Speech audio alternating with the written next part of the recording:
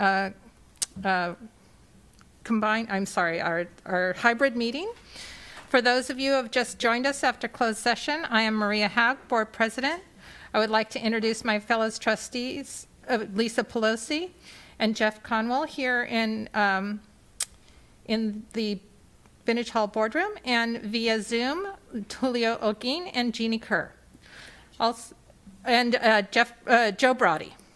Also joining us this evening is our student representative, Joe Brody. I would like to introduce our district staff, Dr. Mary Lou Wilson, Chief Academic Human Resource Officer, Mr. Christopher Heller, Chief Business Official, Ms. Andy Stubbs, Director of Curriculum and Instruction, Ms. Mary Allen, Executive Assistant to the Superintendent and Governing Board, Ms. Erica Madrigal, and IT Systems Analyst, Mr. Derek Machado. We're delighted that you're here this evening in person or viewing on television channel 27 or our new YouTube channel. A copy of this board meeting video will also be available on our website at www.stalinaunified.org. In connection with item A, the board received information and provided staff with direction. I would like everyone to stand and recite the Pledge of Allegiance.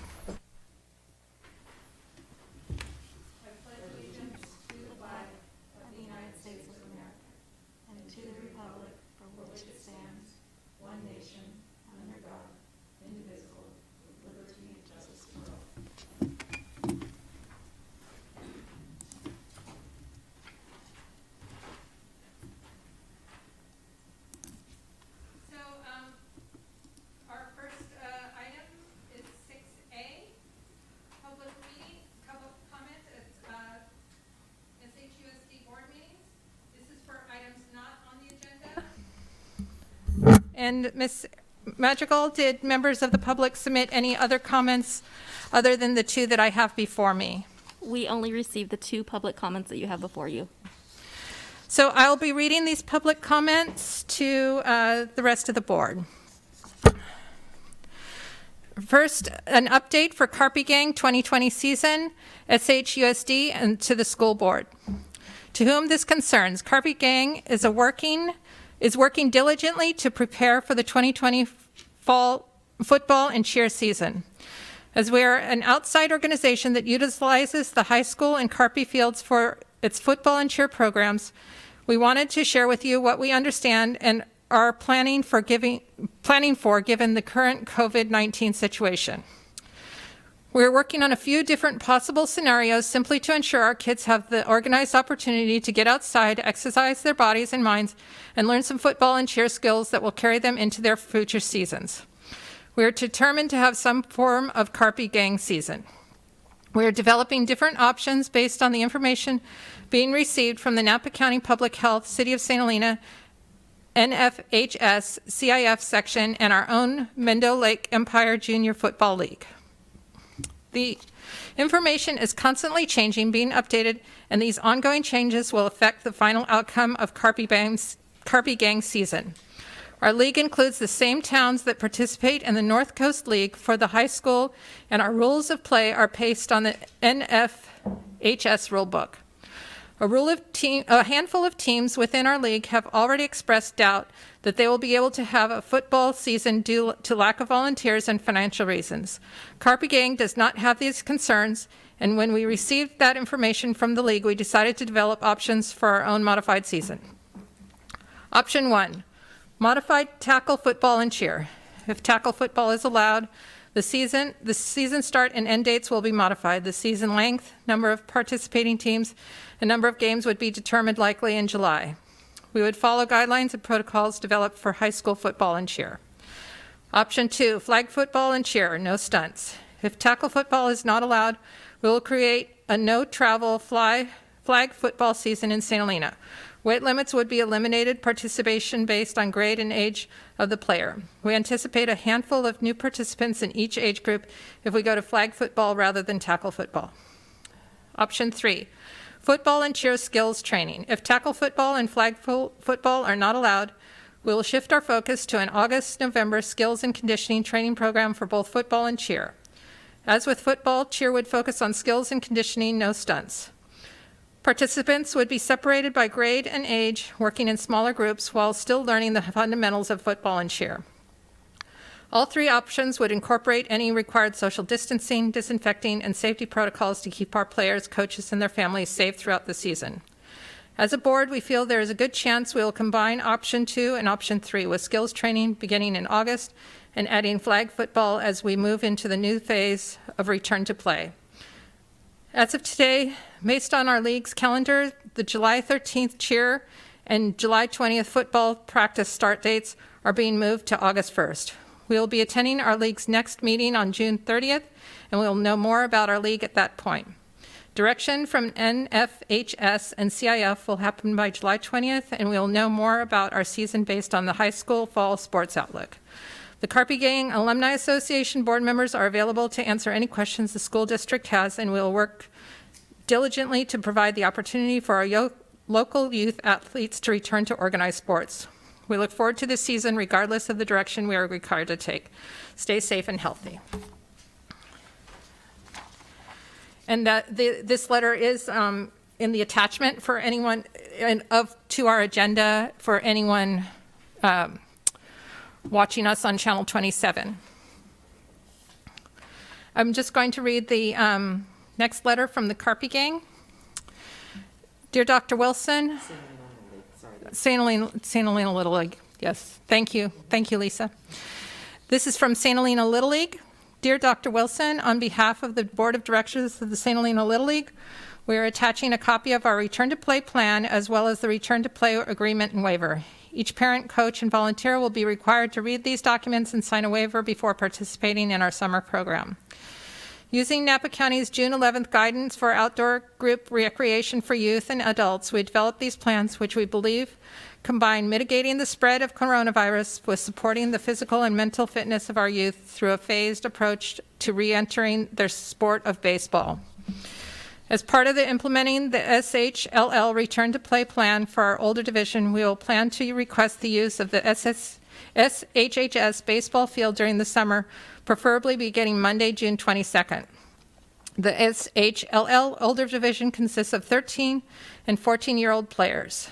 During each baseball season, they utilize the SHHS baseball field for their practices and games, as that is the only field in St. Helena which provides the appropriate size for this age group's safety and development.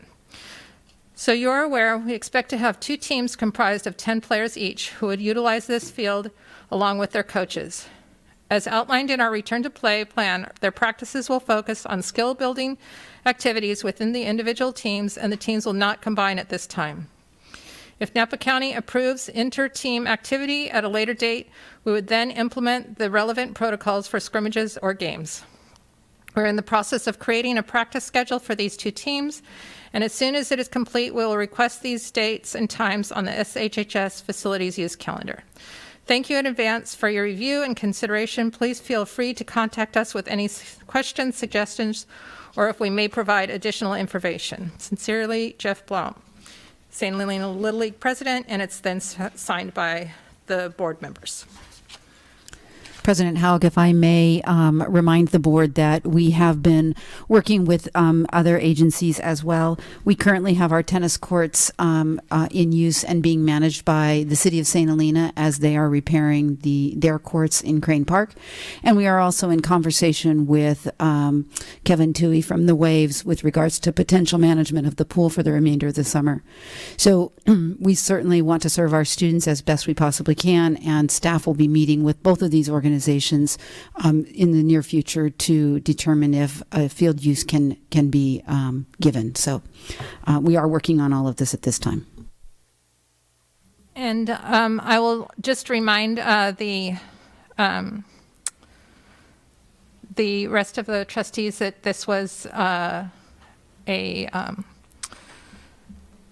public comment on an item that was not agendized, so we will not be discussing it at this time. So next we have the SHTA report to the board submitted by Brandon, and that is a written report. Item 7C is the superintendent's report.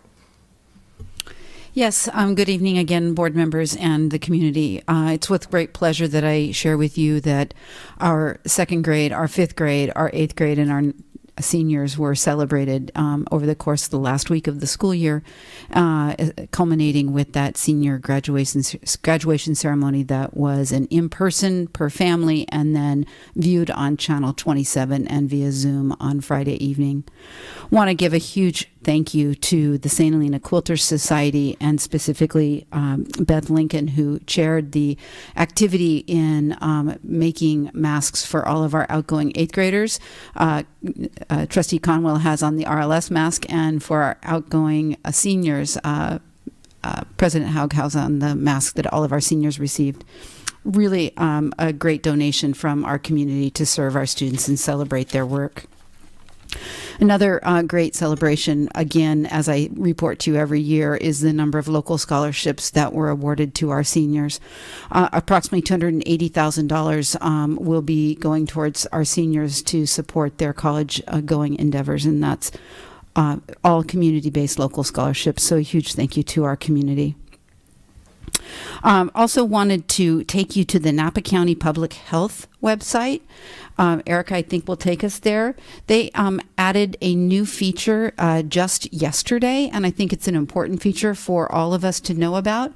So if you go to the website and you go to COVID-19, and then you scroll down just a bit to where it says Resilience Roadmap, and click on that roadmap, what you see is a dashboard. So this dashboard will be updated weekly and will help us in a very visual, easy to read manner know how we are moving forward through this crisis as a county. We want those pins to be in the green, and while they are currently, except for the ICU beds, if you look in that center section with stability, you can see that while we're still in the acceptable range, there has been an increase in cases. And so I take this to all of you because this is a matter of public health for our entire county and a website that our county is manning daily for all of us to keep safe and be informed. So please share this with your community members, your colleagues, your friends, and your family. And then finally, I did want to acknowledge we do have two retirees this year. Joanne Jenks, who is our office team leader at RLS, is retiring, and Kelly Taylor, who is one of our paraeducators at the elementary school, is retiring. And typically, we would celebrate them at our end of the year gathering with our employees, and we were not able to do so. So I wanted to mention their names at this time. Thank you. Thank you, Mary Lou. We do have the 4 reports for the 4 schools from all the principals. And I just, again, from the board, I know Mary Lou already thanked all the volunteers and for the people that helped with our graduation and promotion ceremonies. I just want to, again, on behalf of the board, thank the PTGs and what they did, as well as the Quilting Society, the St. Helena Quilting Society for making the masks, and all of the other volunteers. Some are specifically mentioned by names in the reports from the schools. And I just want to thank everyone for making our graduation and promotion ceremony special. On to the consent agenda. That would be item 8. Do I have a motion to approve the consent agenda as presented, or first of all, do I have any questions or comments on the consent agenda from the public? There was no public comment. Okay. And board members, do we have any questions or comments on the consent agenda, item 8? No. Julio and Jeannie? No questions. Thank you. So do I have a motion to approve the consent agenda as presented? I'll make a motion to approve consent agenda. Do I have a second? Second. Mary Lou will call the roll. Trustee Conwell? Aye. Trustee Pelosi, Aye. Trustee Olguin, Aye. Trustee Kerr,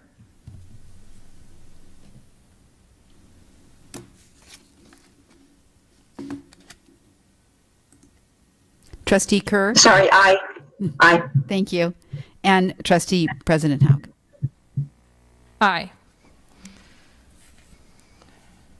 On to item 9A, consideration of approval for the 2019 COVID-19 operations written report. I'd like to call on Mr. Christopher Heller. Was Yes, there good- any public comment on this agenda item? There was no public comment. Okay, thank you. Okay, so tonight presented for your consideration of approval is the COVID-19 operations written report. And I wanted to briefly share with you that this report was developed, as I mentioned a few meetings ago, in response to our emergency school closure that occurred on March 13th. And it details the plans that we've conducted from that point to the end of the school year. In regards to the local control accountability plan, we would typically at this time be adopting a 3-year approval for the next 3-year plan, and that has been postponed a year. So the next 3-year plan will come for your consideration of approval at this time next year in 2021. And in its place, you will have a 1-year LCAP plan to consider approving in December of this year. So I wanted to make sure that we were aware of the new timelines and that this plan, the COVID-19 plan tonight, operations written report, needs your approval.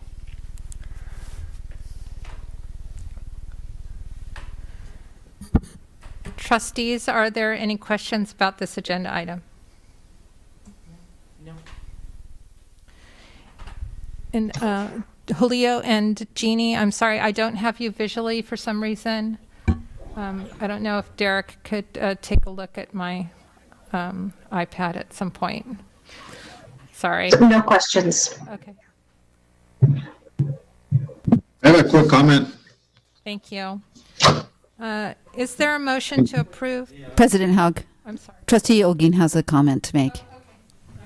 Yeah, I just wanted to say this was an excellent report for Mr. Heller organized. It just was really informative and clear, and just it gives clarity to how the distance learning model was put together, and it just really highlights the effort to take care of every student and how they went about providing different supports for those students to be successful at home. So I just wanted to comment and say that was an excellent report. Thank you.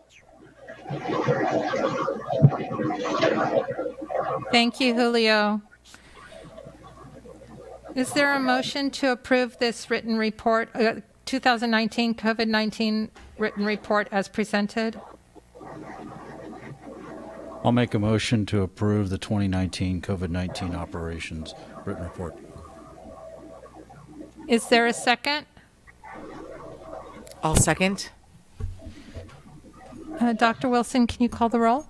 Yes, please. Trustee Browdy, Aye. Trustee Conwell, Aye. Trustee Pelosi, Aye. Trustee Olguin, Aye. Trustee Kerr, Aye. President Haug. Aye.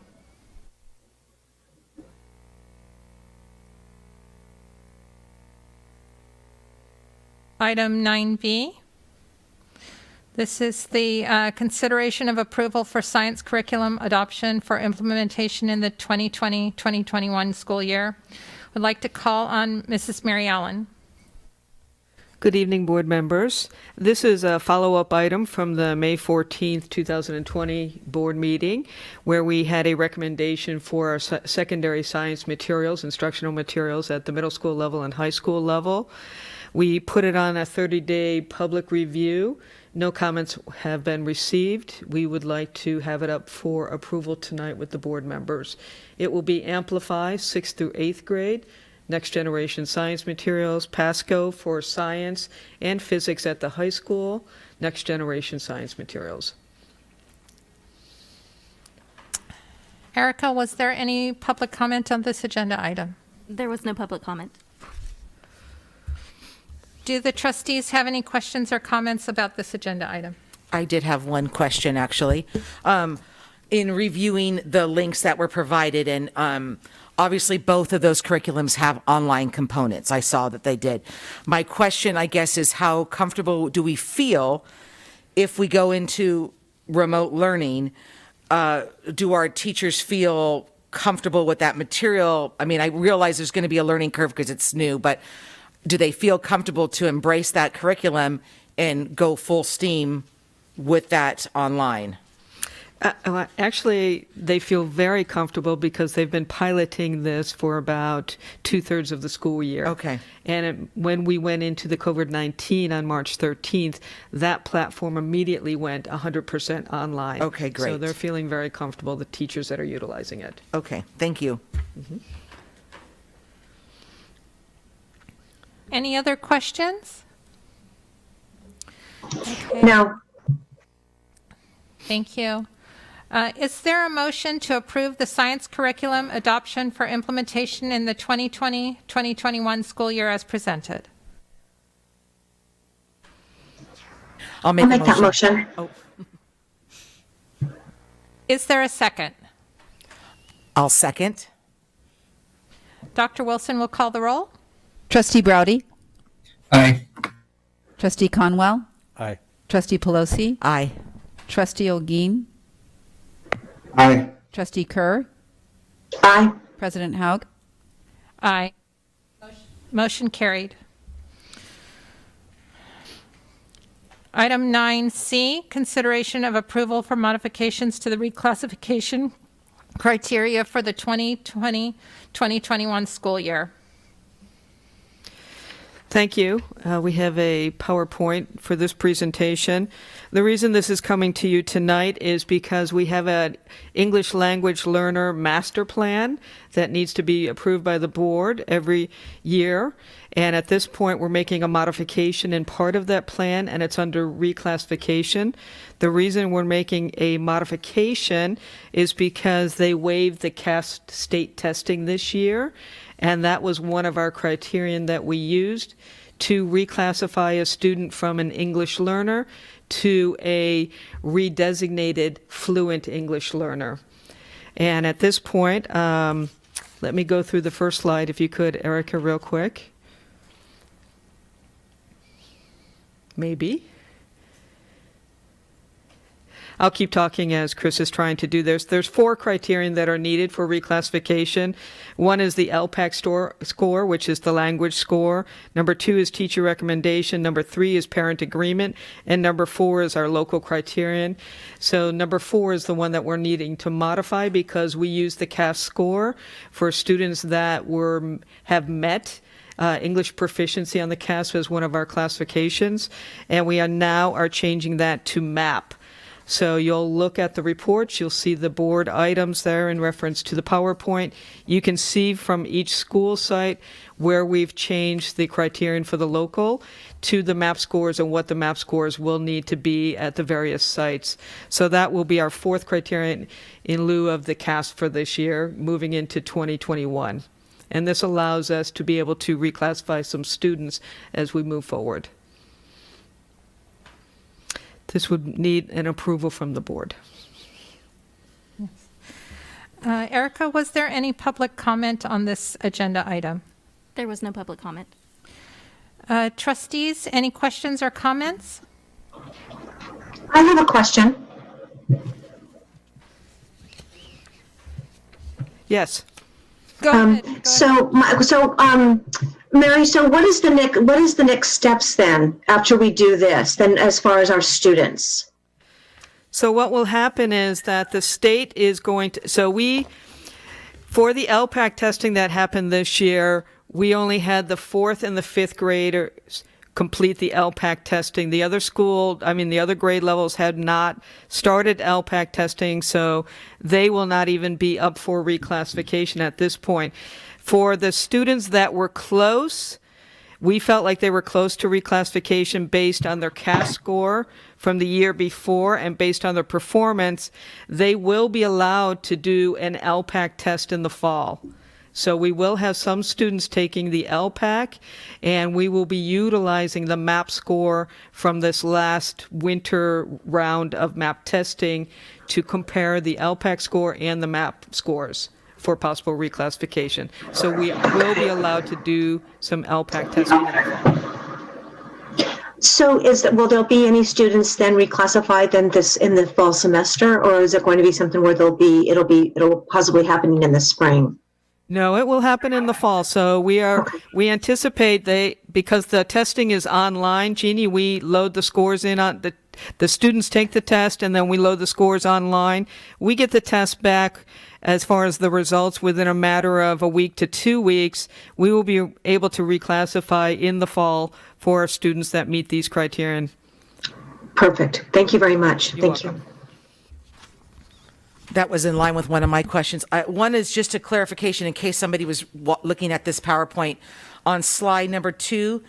I just want to clarify this on the very top. It says need to be adjusted since the CAS test was not administered in the spring of 2019. Is that? It's a spring of 2020. Okay, just in case Thank you. anybody were to look at that and think, I just wanted to make sure. Thank you. And then I'm wanted to just ask, like, does this seem to be what's happening statewide with reclassification? All districts are having to modify what their local criterion are, and so they're all doing the same thing. Okay, thank you, Mary. Are there any other questions? I have a question, a quick one. Go ahead, Julio. Yeah, Mary, I was wondering how many students or do you think are going to be assessed using that new criteria? We being the EL coordinators at each one of the school sites met before the end of the school year, and they gave me a list of kids that were close to reclassification. And so we are looking at approximately 15 to 20 students once they take the LPAC that have the capability of reclassifying. Again, reclassifying can happen all year, but right now they anticipate that the LPAC will be on for the spring series, which starts in February 1st, 2021. So we'll be able to do the fall LPAC, and then we will be able to get back on track for the spring LPAC, where we will possibly have some other reclassifications towards the end of the school year. Okay, thank you. You're welcome. Julio, you had my question as well. Is there any further questions or comments? So is there a motion to approve the modifications to the reclassification criteria for the 2020-2021 school year as presented? I just didn't want to be a motion hog, but I'll make that motion to approve. Is there a second? I'll second. Dr. Wilson will call the roll. Trustee Browdy? Aye. Trustee Conwell? Aye. Trustee Pelosi? Aye. Trustee Olguin? Aye. Trustee Kerr? Aye. President Haug? Aye. Motion carried.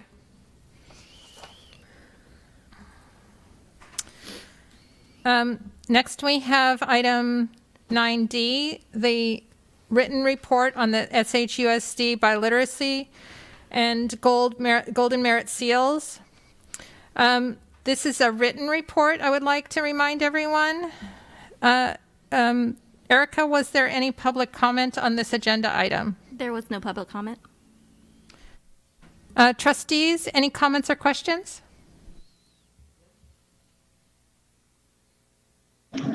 No questions. Julio, questions or comments? No questions. Thank you. Okay. I actually do have a comment. I just want to congratulate all of our students that achieved these this really two great recognitions. And I'm wondering if we could post these two rosters in our in a place where they might be seen, say at the high school or somewhere on the website. I'd be happy to work with the principal from the high school to identify the most appropriate location for those lists. Thank you. Okay, moving on to item 9E. This is a written report on summer school offerings. I would like to remind the board that this is a written report. And Erica, was there any public comment on this agenda item? There was no public comment. Trustees, are there any questions or comments?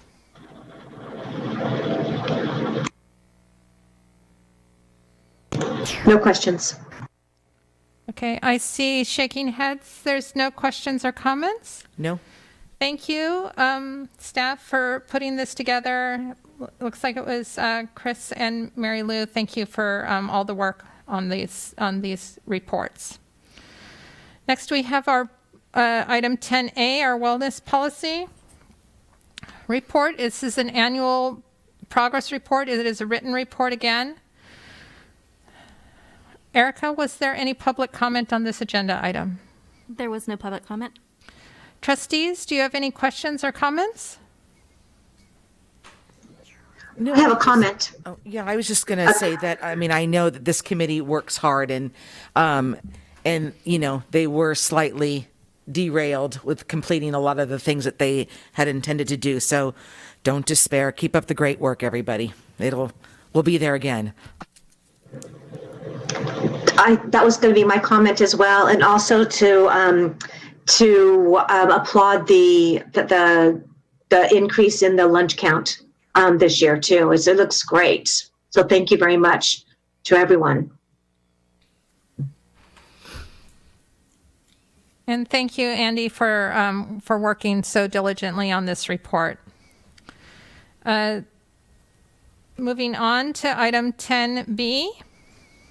This is the approval of Resolution 19-28, specifying the conduct of election for governing board members to be held on November 3rd, 2020. So I'd like to call on Dr. Mary Lou Wilson.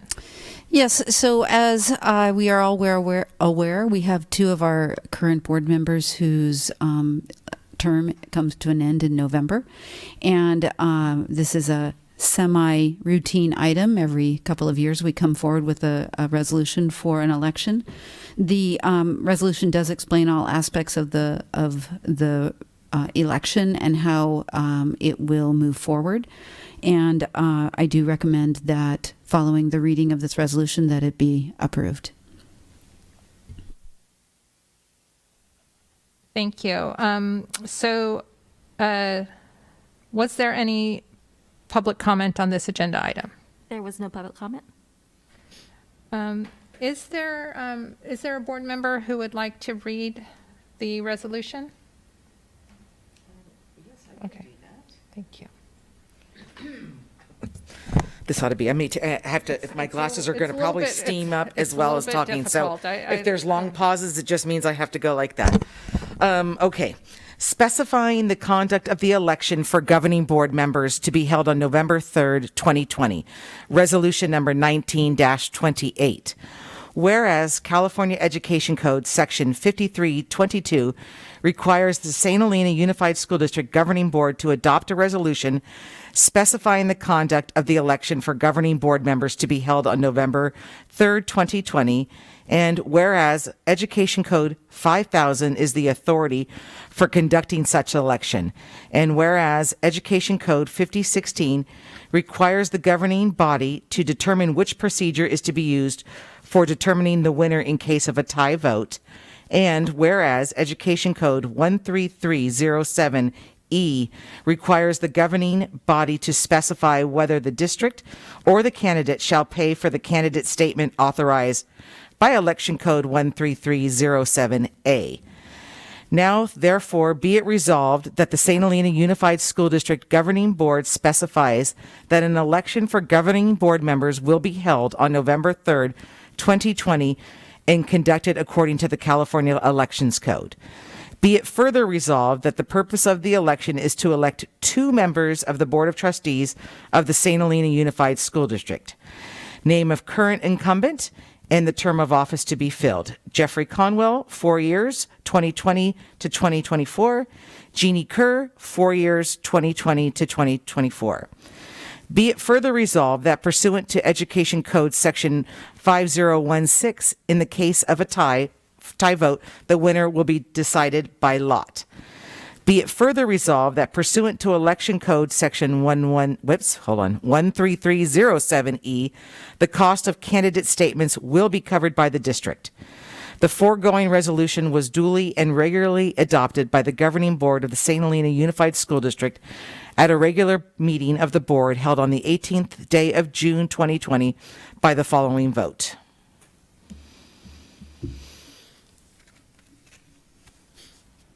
So, was there any public comment on this agenda item? There was no public comment. And trustees, are there any comments or questions? No? Jeff, go ahead. Yes, I'd like it to be known in the public that I will not be seeking re-election coming up this fall. So please, I hope more than one, preferably many, will come out and try to be on the school board. It's very rewarding. You'll learn a lot of stuff about the schools and where you can affect a positive change for all the students in the district. Thank you. Thank you, Jeff. Since this is the first time that all of us have heard this announcement, and we're going to miss you. But you're not gone yet. Not dead yet. Might be. Is there any other comments on this agenda item? Is there No. a motion? Oh, Jeannie? No, I'm good. Thank you. Is there a motion to approve the adoption of Resolution 19-28 as presented? I'll make a motion. I'll make that motion. Is there a second? I'll second. Mary Lou, I'd like you to call the roll. Yes. Trustee Browdy? Aye. Trustee Conwell? Aye. Trustee Pelosi? Aye. Trustee Olguin? Aye. Trustee Kerr? Aye. President Haug? Aye.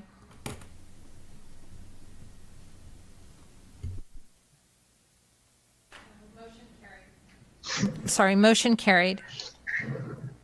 Item 10C, approval of Resolution 19-29 recognizing the district's new boundaries following the 2019 territory transfer and new distribution of property taxes for the year 2020-2021.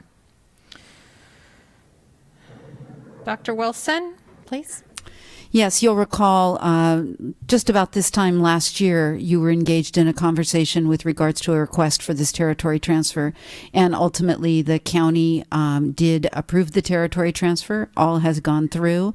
The transfers of territory are taking place at this time. And those two territories will now become voting members of St. Helena. And so this resolution will identify and memorialize that work that has been accomplished, and I would recommend at this time that the board approves this resolution. Erica, was there any public comment on this agenda item? There was no public comment. Trustees, are there any questions or comments? No. Is there a motion to approve the adoption of Resolution 19-29 as presented? I'll make a motion to approve. Is there a second? Second. I'll second. Dr. Wilson, can we call the roll? Absolutely. Trustee Browdy? Aye. Trustee Conwell? Aye. Trustee Pelosi? Aye. Trustee Olguin? Aye. Trustee Kerr? Aye. President Haug? Aye. Motion carried. So next we're on to item 10D. This is the review of the superintendent's subcommittee assignments. And I would like to call on Dr. Mary Lou Wilson. Yes, it's with great pleasure I bring forward these subcommittees each year at this time. You'll recall that we did move the assignments to the period time from July to June so that you could serve on a committee for an entire school year. This past few months have been challenging for our subcommittees, and yet we have persevered. We've continued with Zoom meetings and have found that we may increase our participation if we continue with Zoom. So as we move into the new school year, depending on the structure and the logistics, we will definitely have the LCAP steering committee be available virtually, and we'll look at others as we move forward. So the screen currently shows the committees that you have volunteered for at this time. And Erica, if you could show the schedule for meetings. We already have a schedule for our meetings for the upcoming school year. I know, we love that. So you'll note that if you could go to the top again just for a moment, Erica. Board policy has 5 meetings in the school year. Business operations is meeting monthly next year. The calendar has a couple of meetings at the beginning of the year. Curriculum technology will be meeting 4 times. Equity, culture, and climate will be meeting a minimum of 4 times, maybe more. LCAP steering will be meeting 6 times. And Monrovia will be meeting at a minimum of 4 times. I've actually been meeting along with Trustee Pelosi every 2 weeks, every 2 to 3 weeks this summer with Monrovia. And then Wellness will be meeting 4 times. If you can go back to the original list, then Erica, there's a couple that are not on the list. County representative is on an as-needed basis. And student discipline is on an as-needed basis as well. And so at this time, I would entertain volunteers to join any of our committees. And hurry, don't waste a minute. So, Erica, was there any public comment on this agenda item? There was no public comment. Thank you. Board members, I would like to start out by saying that the position of president is it is a large undertaking right now, and I would like to step off some of the committees that I am currently on, and maybe if I let everyone know which committees would be freed up, then it will start the start movement in other areas. So I would like to step down from board policies and the LCAP, but if there are no other trustees that are interested, I'm happy to continue to serve. It's just that I would like to step off of those 2 committees. I'm happy to stay on board policy. That's if there's no objections there and somebody else can join me. I mean, as now I've pretty much have served on all of these committees. So one of the thoughts I had, if Trustee Ogeen kind of wanted to step onto something, because I think all the rest of us have pretty much served on everything else. And if Trustee Ogeen would like to say that perhaps he would like some assignment more so than others, maybe we can let him go first and then fill in the blanks, if anybody objects to that. That's a great idea. Julio, how do you feel about going first if you're interested in any of the other subcommittees? Yeah, that sounds great. The ones that I'm currently on, the Equity and Climate and Culture Committee, I would like to hopefully stay on that one. That's one that I want to stay on. The one that I think last year I wanted to get on, but was the Wellness Committee. So I don't know if there'd be opportunity to be on that one. And then I am on the Monrovia, and I have been because of the Salient Preschool for All. That's all the community organizations. So I don't know if it would be okay for me to step off or stay on. So I'm not sure about that one. And I'm currently on the business and operations. So those are kind of the one that I do want to stay on for sure is the equity and climate. And I'd like to hopefully have an opportunity in the wellness committee. Julio, I'm happy to step off of wellness if you would like to be on the wellness committee. Okay.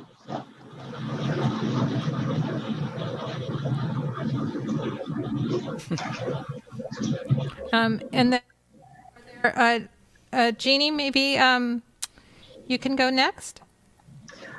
Yes, please, thank you. I'm fine to stay on the ones that I'm currently on if no one else wants to be, is interested in being on those. And Julio, if you're interested in, if you want to be, you mentioned that business operations, you wasn't one of, if you want to get off of that one, I'm happy to take your spot. So let's just put it that way. But if you want to stay on there, that's fine too. Yeah, I mean, if you can, I mean, I'd like to hopefully keep it at 4, but I mean, if not, then I'll stay on the business operations. Yeah, I would be happy to go on to that one unless someone else wants to be on there. It's all yours. Let's just. Okay. Thank you, Jeannie. You're welcome. Thank you. And I'm certainly able. I certainly would give up one of my other spots as well. Any other desires for change? Lisa or Jeff? The only thing, I mean, I'm also okay with my my commitments as they stand. I can take your place on the LCAP. I'm happy to go back to that. That was great. Unless Trustee Conwell would like to do that, or are you already on that? Sorry, no. Unless you'd like to come back on that. I was thinking I would just go to board policies again. Okay. Come on back. Exactly.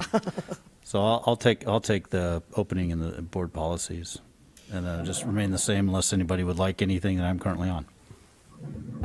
Thank you, Jeff. So that would be,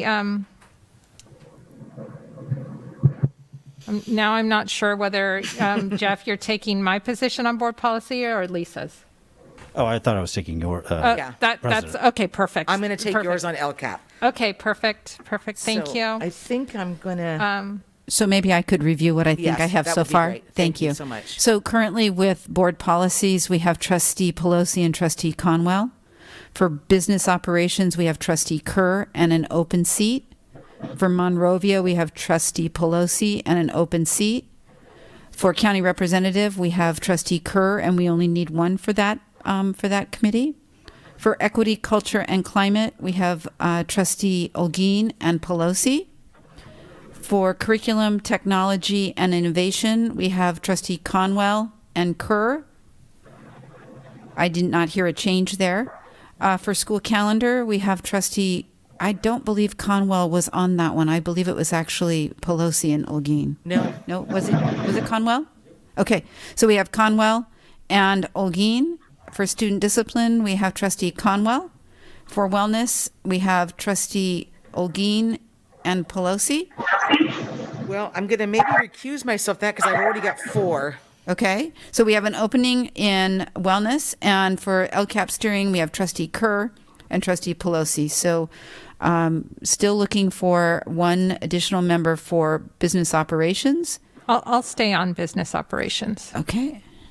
And then I seem to have lost one more than I planned. Would you like to join Monrovia? I could be on Monrovia.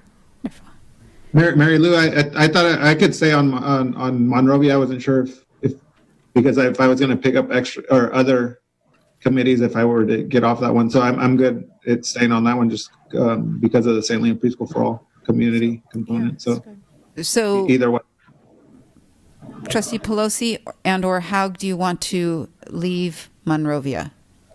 No, I do not. Okay, I don't have to be on Monrovia, but I believe we spoke that normally student discipline is the president of the board. So unless you want to stay on that, that's an as needed. Okay. Is that okay? It typically is, and Okay. so Trustee Haug will move you to student discipline. Okay. Erica, do you have all of those names? I do. Do we have that straightened out now? Yes. Thank you. Thank you, everyone, for being flexible and giving everyone a chance to serve in the position that they feel would be best suited for them.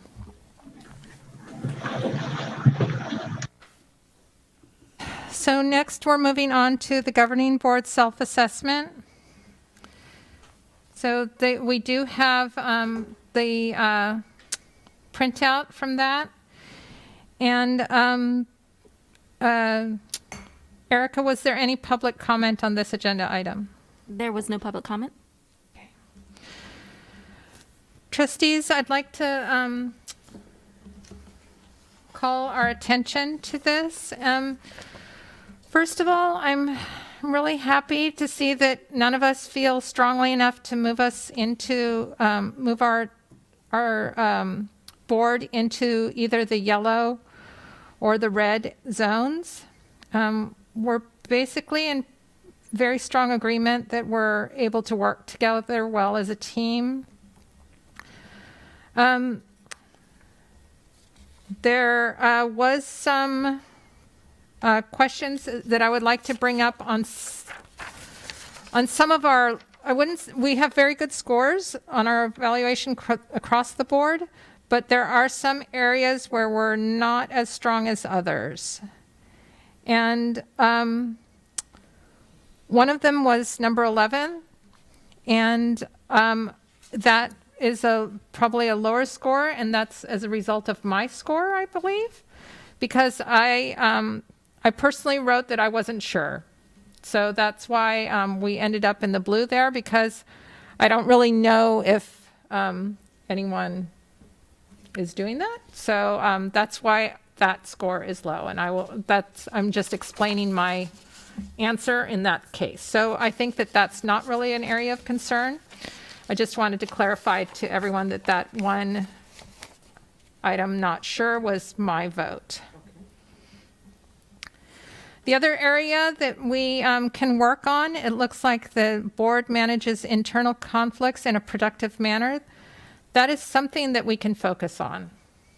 And that would be board number 13. Question number 13.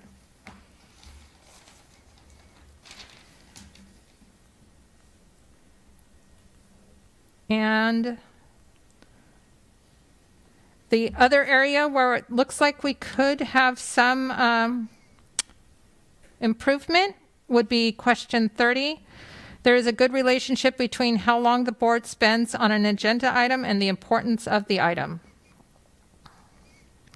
You know, I'm happy to talk about that one just because I was the one that put not sure.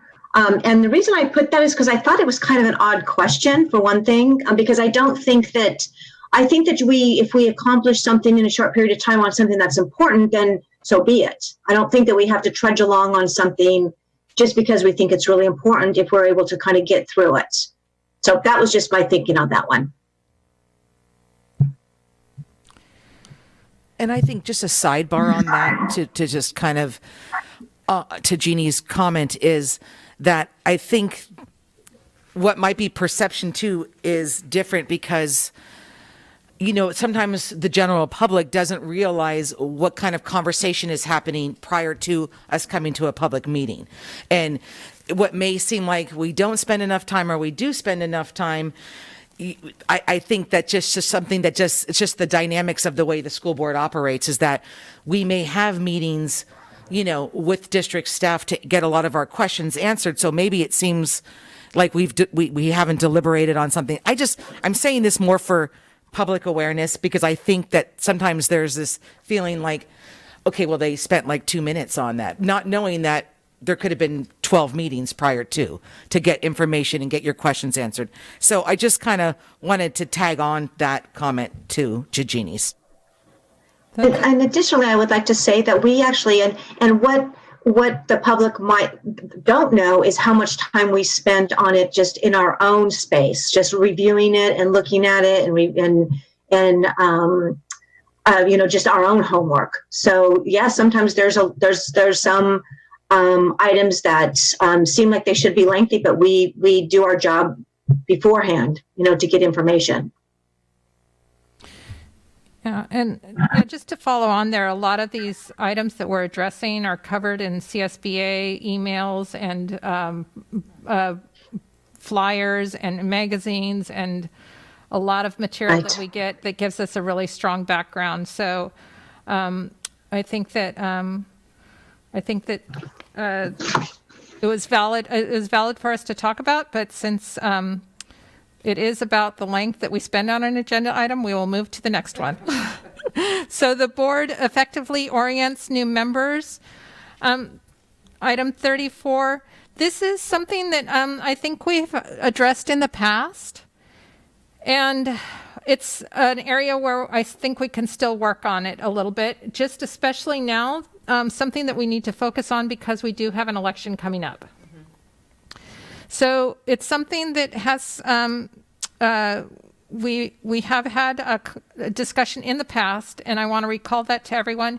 And I just want to make sure that we're doing everything that we can in December when there is the possibility of new board members coming on board.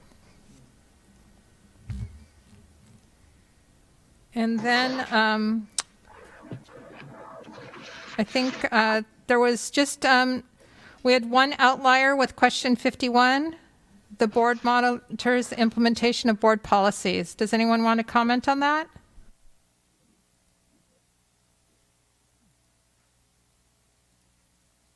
No, I don't know. No, I think maybe. Well, I mean, because sometimes these questions, as we all know, they're subject to interpretation as well. We obviously help create policy. The policy is given to us and modified for our school district, and the district staff does a great job of reviewing that, sitting in committees, deciding what we need to review further. Maybe the confusion comes in the fact that we're not necessarily enforcing or supervising policy day in, day out. I mean, we're allowing other people to implement it versus the board implementing it. And maybe that's just a semantic things. I don't know. Maybe Dr. Wilson can speak further to that. I mean, that's just kind of maybe that's where the confusion lies with that word implement. Yes, and you may recall that in board policy, we have talked about the different board policies that require an annual update, whatnot. And Erica very carefully manages the governance calendar to ensure that if an update on a particular policy is required each year, that is brought forward to you. And you're right. We do implement our board policies and our administrative regulations. Those are what guide our district as a business, so to speak.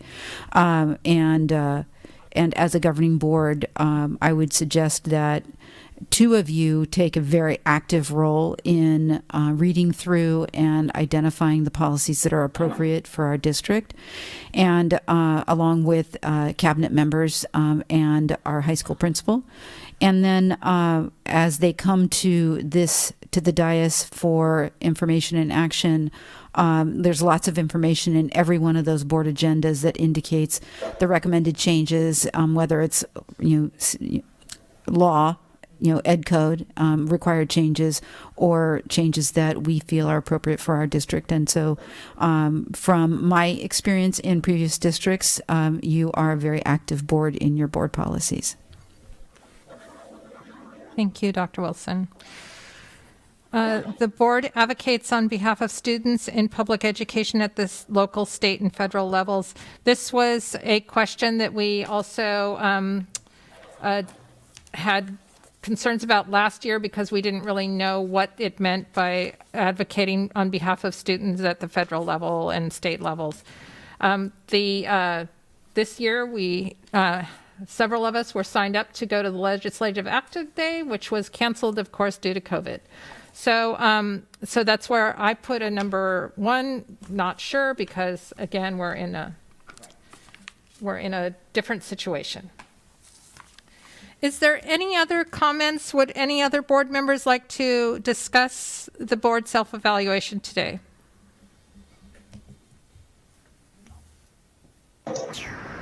No, I'm fine.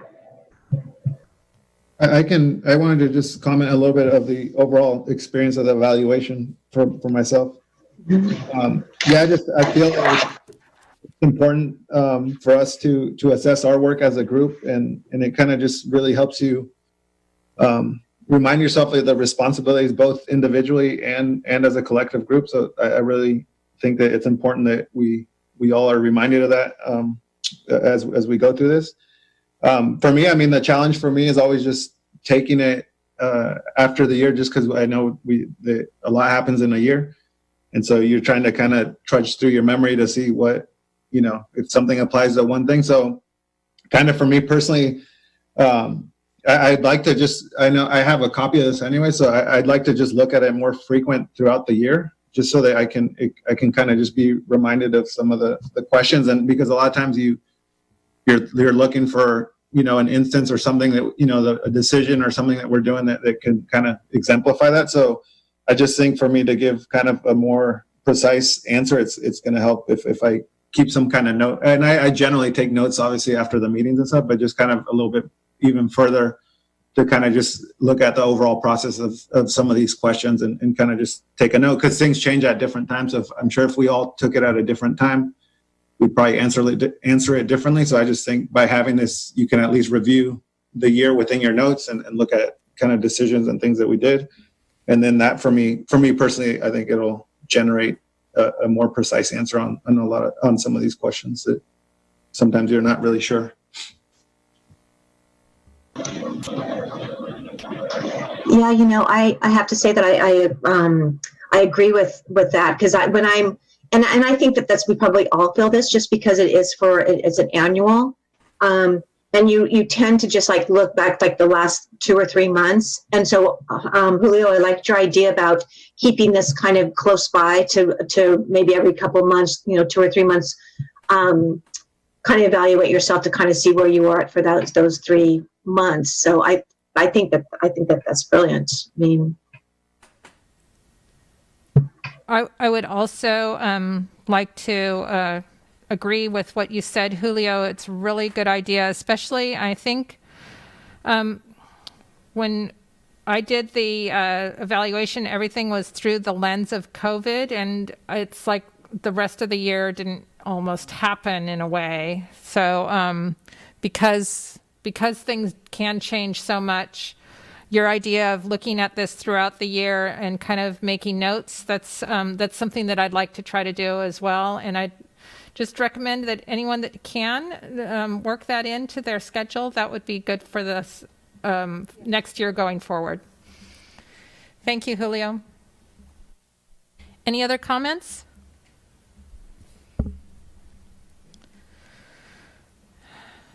Okay, moving on to item 10F. This is the review and consider approval of an amendment to the Memorandum of Understanding between the SHUSD and the St. Helena Preschool for All. Thank you. Andy? Thank you. We currently have an MOU in place between the district and Preschool for All that outlines the program support that we provide to that agency. And one of the terms addresses determining the amount of scholarship support that the board may consider providing each year. And so both parties met earlier this year and developed some criteria and subsequently a scholarship request form. And so the board tonight is asked to consider approval of an amendment to the current agreement that would first of all extend the terms, first of all describe the request form that will be used and some details there. For example, the amount of the scholarship request will not exceed half of the cost of tuition for a St. Helena student who demonstrates economic need and attends a preschool in St. Helena, and then an aggregate amount of no more than $30,000. And then the second part of the amendment extends the term of the current agreement through August 31st, 2020. And then during the August 13th board meeting, we'll bring an updated full MOU to the board for consideration of approval, along with the annual resolution requesting scholarship support.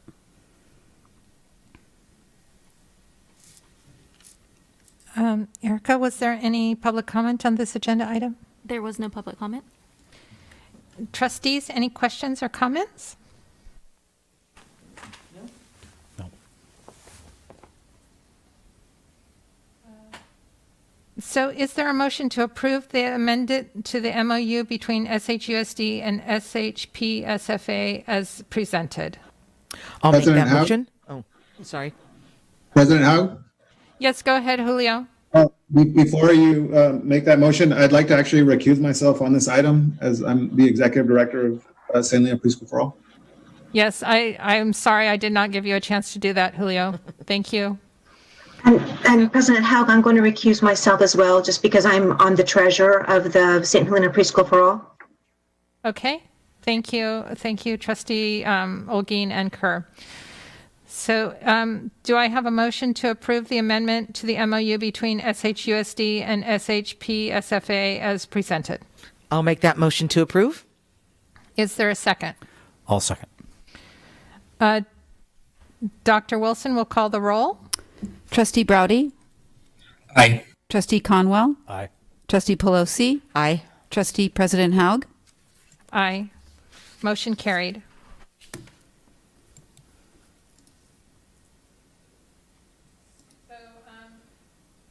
Next, we have item 10G. This is the review and discussion on the district goals and priorities for 2020-2021 school year. I'd like to call on Dr. Mary Lou Wilson. Yes, good evening again. And you may recall at about this time last year, the board directed staff to take the two priorities, Success for All and Professional Excellence, to the LCAP Steering Committee for review and potential renewal and or recommendations for changes. And we were very well prepared to do that through our voices that we heard from our high schoolers, our middle schoolers, and our parents through the many parent forums that we held right before facility closure. Erica, will I be advancing this slide or will you be? Thank you. So you can go ahead and advance the slide. So tonight, I'm bringing forward to you a recommendation for the upcoming school year. I'll talk about the current priorities, the state priorities, what COVID-19 did to impact this work, and then my recommendations as we move forward. Success for All is one of our current district priorities. We know that priority very well. It has been a part of our system for the last 6 years. I'm very proud of this this priority and the descriptors that truly talk about providing success for every one of our students and ensuring that our instructional practices meet every student's need every day, and that we do have equal opportunity for all children, not only in a culturally responsive, but a physically and emotionally safe manner. Our second district priority currently is professional excellence. And as evidenced by the last week of school, every one of our teachers participated in, Mr. Heller, 12 hours of professional development. Total of 19. 19 in the last week of school? 19. So I even undercut that one. So in that last week of school, our teachers all participated in professional development. It's something that we truly have as a part of our school culture. And there's many other aspects of professional excellence that are described on that slide. The state priorities you are very familiar with. Those have been a part of our work with our local control accountability plan for the last number of years. And they continue to be the same, although we did not have our state testing this year. And then with the impact of COVID-19, you know that our facilities were closed effective March 16th. The local control accountability plan, as shared with you earlier tonight, has been extended through the 2021 school year, and Mr. Heller and team will be bringing an updated 3-year plan next year.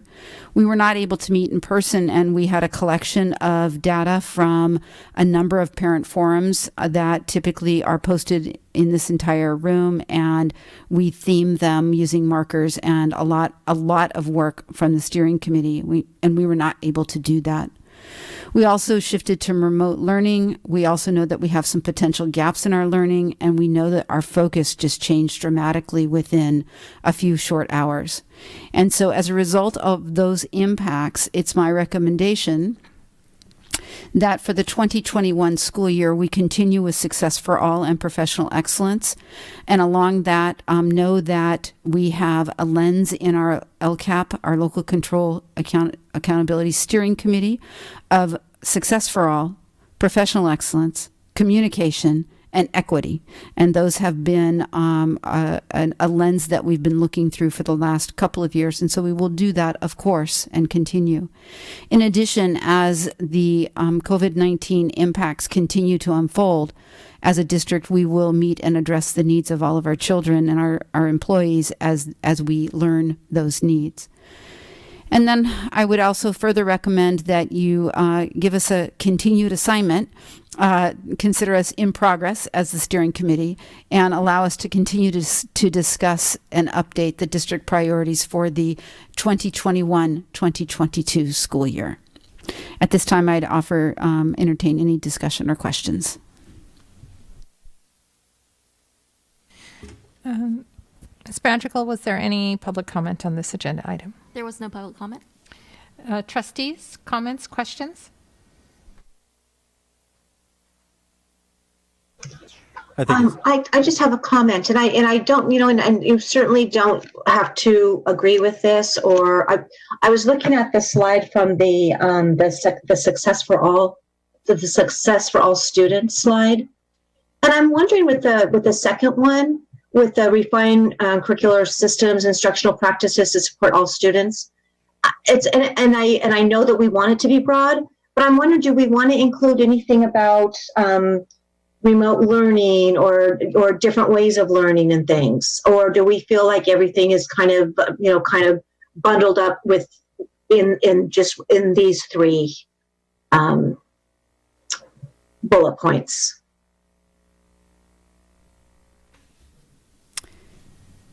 President Haug, may I respond? Of course. Okay. So typically at the beginning of the school year, the steering committee does look at both of these priorities and looks at the bullets, and we have updated them almost every year. And so in that same fashion, I am happy to continue to take the Success for All and Professional Excellence to the committee to determine if any refinements should be made for this upcoming school year. Okay. So from my understanding, then it sounds like so that's something that the LCAP looks at every year then?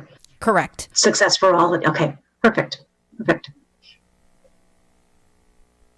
I think my only comment is, I think our district staff has enough on their plate right now without having to revamp priorities. And yes, I think that Success for All does mean taking into consideration what remote learning may look like should that come to be.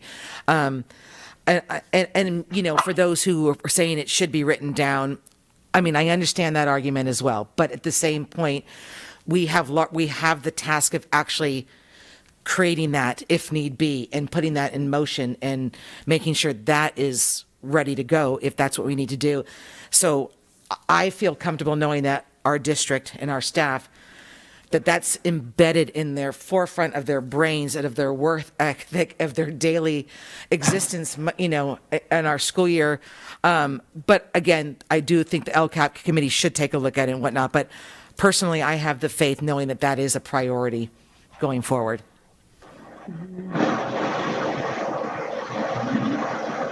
Any other comments, questions? Go ahead, Jeff.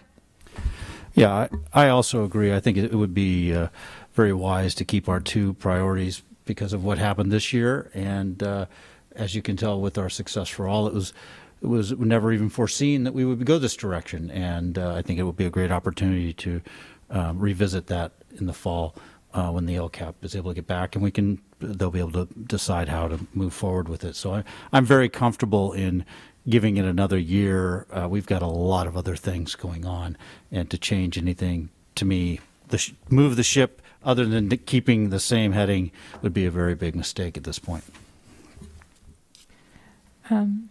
Any further comments or questions? And overall, I want to say that I'm Success for All and Professional Excellence. I'm very happy with continuing those priorities. I'm sorry to interrupt you, Julio.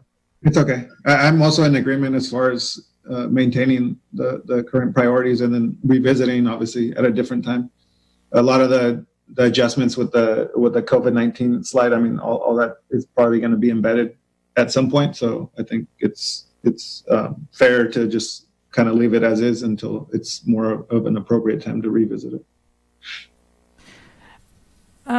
I also would like to continue to stay the course, and I just know that there's a lot of thought and effort that goes into changing any bullet points that we come up with here, and I just feel that our time could be spent better doing working on all the issues that we're facing with the COVID-19. Actually, I would like to just get your impression, Joe. Normally, I don't single you out, but you are our student board member.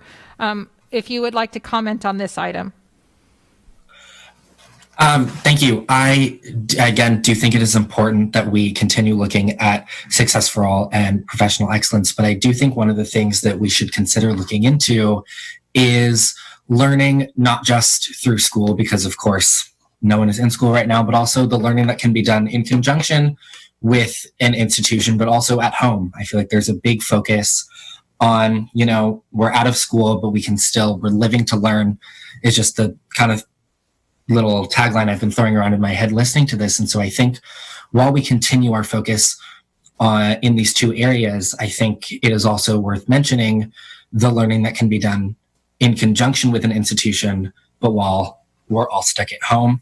But again, looking back at Success for All and professional excellence, I think our district really is hitting the nail on the head in those two areas. And I think they definitely deserve our continued focus and attention. Thank you, Joe. Very well said. I would like to move on to item, is there any final comment? I would like to move on to item. President Haug, that's an action item. I'm sorry. It is an action item. Is there a motion to approve the district goals and priorities for 2020-2021 school year as presented? I'll make the motion to approve the district goals and priorities for 2021 school year. Is there a second? I'll second. Dr. Wilson, can you call the roll? Yes, Trustee Browdy. Aye. Trustee Conwell. Aye. Trustee Pelosi. Aye. Trustee Olguin. Aye. Trustee Kerr. Aye. President Haug. Aye. Motion carried. On to item 10H. This is the report on the St. Helena Unified School District's Green Initiative. I'd like to call on Mr. Joe Brody. Great, thank you. I just have a very quick verbal report for the board and executive cabinet. First, I'd like to thank all of the students and community members who contributed to this process and thank the board for their renewed commitment to going green and also honoring all student voice and opinion. So, of course, these are not normal circumstances, so I'll just be outlining the next steps that we'll be taking in conjunction with our updated Green Initiative, Reduce, Reuse, Recycle. So of course, in conjunction with item 6 on that resolution, it would be updating this initiative on all of the school websites. Also, step number 2 would be in the unlikely event that any site goals no longer align with these new measures, that they be reviewed and updated. Again, highly unlikely. And then, of course, in our ever-changing world, planning for new site goals to be established and looking to the future and seeing what we can do right now and when class resumes in the fall. Thank you, Joe. Ms. Madrigal, was there any public comment on this agenda item? There was no public comment. Trustees, fellow trustees, is there any comments or questions? No, other than to just thank Mr. Brody again for his time with the students, because we got to see him in action and he did a great job, and the students really respond to you, Joe. So thank you very much for your passion and your work. Thank you. Now we are moving on to item 10I. This is the COVID-19 Fall 2020 Instruction Plan. So this is going to probably take up the bulk of the next, well, it's going to be a very robust discussion, I feel. Excuse me, tonight. President, is there any chance we could take a 5-minute break prior to this? Yes, that's a very good idea. It's very difficult to be talking and breathing through the masks and trying to communicate with each other. So we will be taking a 5-minute break. Thank you, Trustee Conwell, for bringing that to my attention.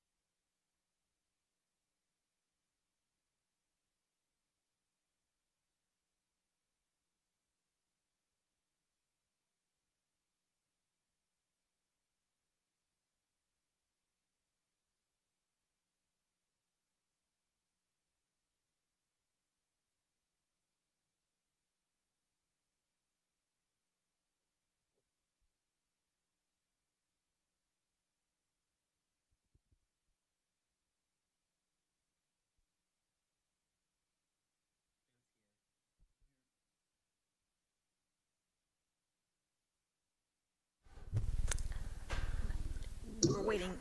Julio, are you there? Yes, I'm ready. I'm here as well. Joe's also in. Yes, I'm here. Okay, everyone, we're returning from our break, and we're going to be discussing item 10I, that is our COVID-19 Fall 2020 Instruction Plan. I'd like to call on Mr. Christopher Heller. And Mr. Heller, if you don't mind, I'll say a few words before you get started with the instructional plan. You know, all of my life I've been in education, whether as a student, an instructional aide, a classroom teacher, an assistant principal, a principal, or a coordinator, director, or an assistant superintendent in a central office. And never in my wildest dreams did I ever consider that we would have school closures due to fires or power outages or smoke. And in my wildest dreams, I never considered a pandemic that's not only affecting our schools, but it's affecting our county, our state, our nation, and the entire world. It has posed extreme challenges for everyone. No one has been untouched with the challenges of COVID-19, whether that's trying to teach from home with 3 children and hiding in a closet to address students, or it's figuring out how to manage without any jobs, or identifying a place for food for a family, and managing family members who may be confirmed with COVID-19. The challenges have been great and far-reaching, and we were faced really quickly with at-home learning for days in which we did not ever imagine that it would be the number that it equaled. When I identified that we'd close school on March 13th for 2 weeks, I really thought we would be back to school before spring break and be able to continue with our in-classroom services. Our teachers never signed up to be remote teachers, and our parents did not sign up to be at-home teachers. And the work that was accomplished in a short amount of time was good work, and a heavy lift for many of our employees. And at the same time, it wasn't perfect. And we know that. Those of you who spend time with me know that I talk about continuous improvement, and that there's no period in continuous improvement, and that we always want to improve who we are and what we do. And so tonight we will share with you some background with regards to where we came from. Chris will also share with you some feedback that we've gathered, and also some potential models. Tonight we're seeking a conversation. We're looking for input from our board members as we move forward, as we begin to plan for the 2021 school year. And ultimately, we will come back to you in July. I believe we identified July 24th as a time when all of us could come together again for a special board meeting, where we will take all of the input from all of you, along with the state and local guidance, to prepare and share with you online, in-classroom, hybrid instruction for the upcoming school year. So there's lots of information in this plan, in this presentation, and we have designed it to provide breaks within it that can allow for public comment that is content-driven, and also allow you to ask questions or reflect within the presentation, and then, of course, at the end. So, Mr. Heller? Great. That's a great setup. It talks a little bit about where we've been, where we are currently, and where we're headed, and that's kind of the focus of this plan as we present it tonight. So the first slide here.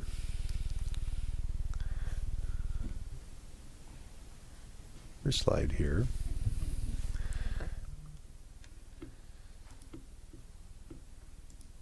First slide here talks a little bit about, as Dr. Wilson mentioned, the March 13th decision to close our school facilities. And that was a measure that many of the districts were taking around us, and we felt it was our obligation for a safety matter to close.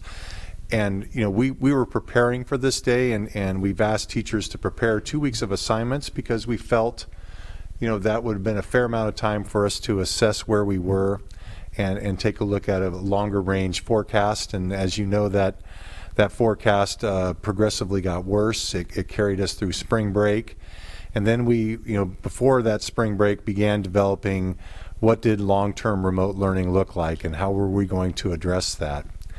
And fortunately for our district, we're a one-to-one district, and so some of the transition was seamless for many students because they had a device at home, they had Wi-Fi, but we also identified that some of our students in some of the rural areas or other areas did not have Wi-Fi access, and Andy, Mary, and our technology team quickly addressed that by acquiring and deploying hotspots. And so for that, you know, they should be recognized and commended for that quick turnaround of knowing that our students needed that and getting that out to our students and families. And so as Dr. Wilson mentioned, we also had an opportunity here as we wound the school year down to get some feedback from our teachers and actually have teachers teach teachers about some of the tricks that they learned of online learning and have a chance to debrief many of the things from newer technologies that we're using like Padlet and Seesaw to also platforms that we're moving towards such as Google Classroom. So it gave everybody a chance to share some of the information that they learned and acquired in preparation for what the fall 2020 might look like if we were in this remote setting again. Executive Cabinet shares a lot of information about various states reopening plans and models, and takes a look at what different states and counties are doing. But really at the end of the day, we need to listen to three people that provide us direction, and that's the governor, that's our superintendent of public instruction, and that's our Napa County public health officer.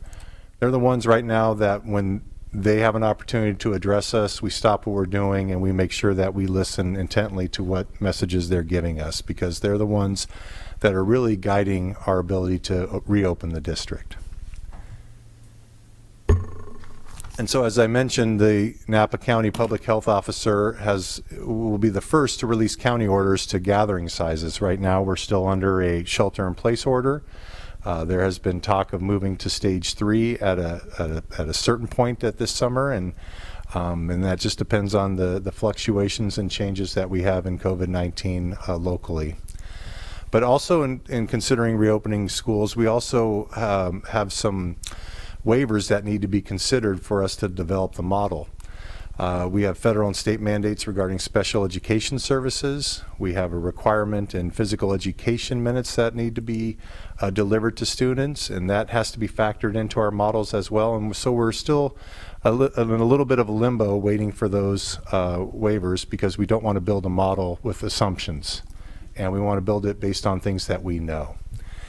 And of course, you know that our highest priority is our students and staff safety. And so, you know, opening school really depends on our ability to have students and staff in a safe environment to learn, because we know that students need to feel safe to learn. And so not diminishing that at all, but that is our highest priority.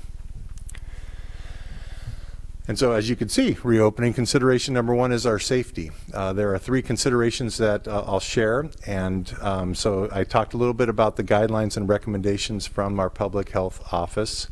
This starts from how we're going to conduct temperature checks, face coverings, which we know today has changed as a mandate in the state of California. Do we consider face shields? What are the use of gloves? How frequently do we do hand washing, and our social distancing practices? A big consideration with our students is we know that they are social, and that their ability to get close to one another is going to be a challenge. And so with that, when you have students moving around campuses, you have to think about a traffic pattern of how do we serve lunch, and what do we do during breaks where students will have a chance to move around campus and want to connect with their friends that they haven't seen and talk and be close. How do we conduct recess for our younger children? How do we address physical education for our secondary students? So there's a lot of concern about our students just on campus and their ability to interact with one another. Recent information that we received on transportation of students indicates that it's, unless you're a family member, it'll be one student per seat. And so that spacing that would be required on buses poses an additional layer of challenge, as we've presented in previous meetings from Ms. Stubbs on our already concerns with buses in our district service. Individualization of instructional materials. We've really moved into a model of collaboration where students are sharing materials and they're working in groups, and now we might have to pull back from that and think about a little bit more of the traditional model where you're isolated at your desk and you have your own materials. If you think back to where we used to tuck things into our desks and they were ours, we've kind of gone away from that, but here we are having to consider that again.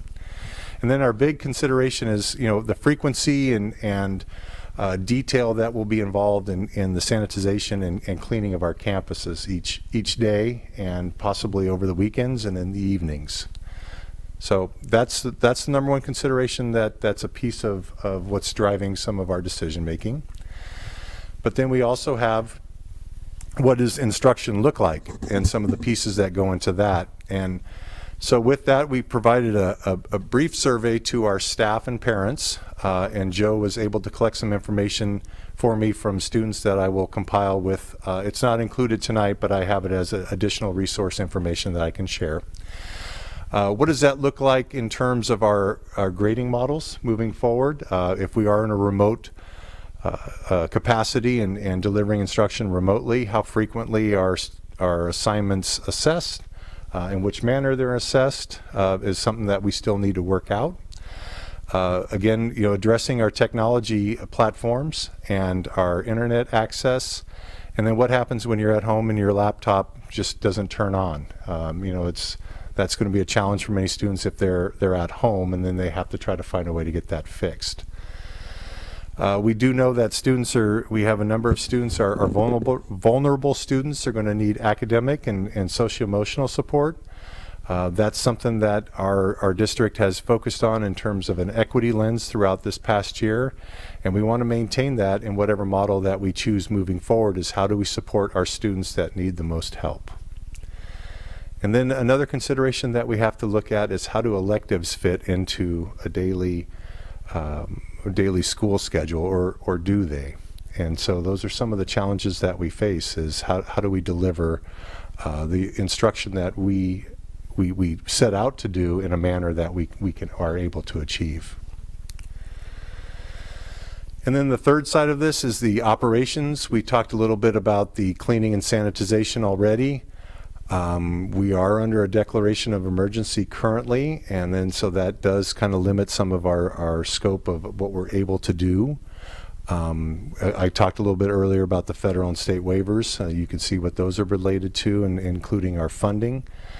And then within the human resources model, we are a school, but we also conduct ourselves in a business model, and we have to be mindful of our employees' health and well-being. And so we have to identify staff that have health concerns or age concerns. And also what happens in the event that a staff or a student contracts COVID-19? What is our plan based on response from the Napa County Public Health Office? It may be that we close a classroom. It may be that we close a school. It may be that we have to close the district. So some of these decisions could possibly be out of our control. And then we also need to address the common facility use by students and community, because one of the models that we need to consider is a cohort model where the same group of students remains with the same staff. And as we add additional people into that, some of which are from outside of our school boundaries, such as community, and they intermix where students are, we're going to have to take a look at that and see where we have capacity to do that or not. Okay. And so, as a district whole, over the course of the last number of years, we've realized that an emergency team is a group of people that we need actively meeting and planning to ensure that we have procedures and protocols in place for fire drills, as basic as that may seem now, and then also for much larger emergencies. And the emergency team is made up of myself and Andy and Chris, and then all of our directors, Director of Instruction, Mary Allen, our Facilities Director, Food Services, technology members, our principals, our union presidents, classified and certificated, and our board president, our school nurse, and a variety of other members. And the emergency team meets when we have emergencies. And they now are responding to a transition. And so the emergency team has a transition project. And within that transition project, we have met over the course of the last couple of months and in the last few days, made assignments where each member of that team is a part of a smaller group working through the state guidance, the state public health guidance, the county guidance. For example, I met with the wellness committee today where we have 11, 12, 13, 14 pages of guidance in just one document that we need to sift through to identify what we can do, what we must do in order to ensure safety for not only our students and our employees. So there's a technology committee, there's a transportation committee, a business school operations committee, and of course an instruction committee.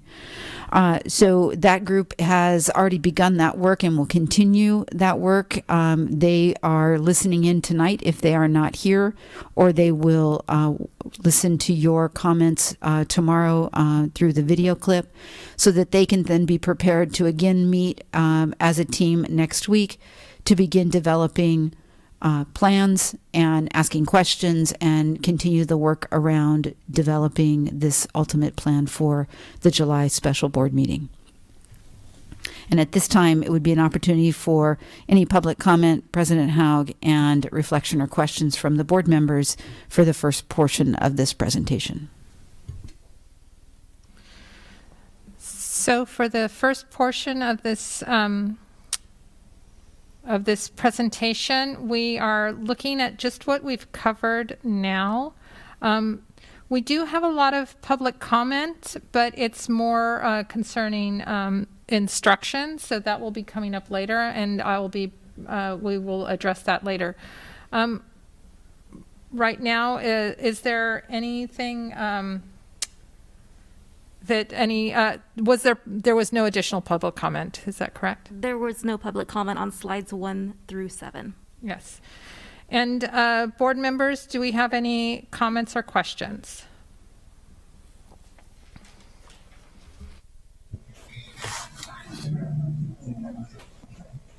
I have a comment, and I think this is having looked over the presentation, I think this is the best place to do it.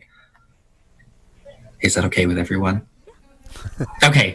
I just really wanted to highlight and again, going back to social emotional learning, I really want to highlight the emotional impact that this whole COVID situation, and specifically here in the San Luis Unified School District, that has had on our students.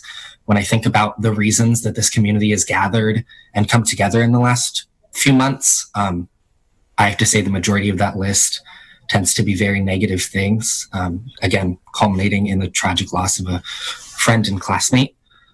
So I think the importance of providing emotional support to all of our students, all grades, all age levels, cannot be overstated. So I just wanted to make that comment. Thank you.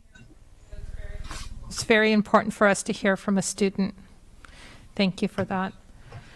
Any other comments or questions? I think just comments. It's not really questions. Looking through a business lens at this point right now, and that the school district is a business as well.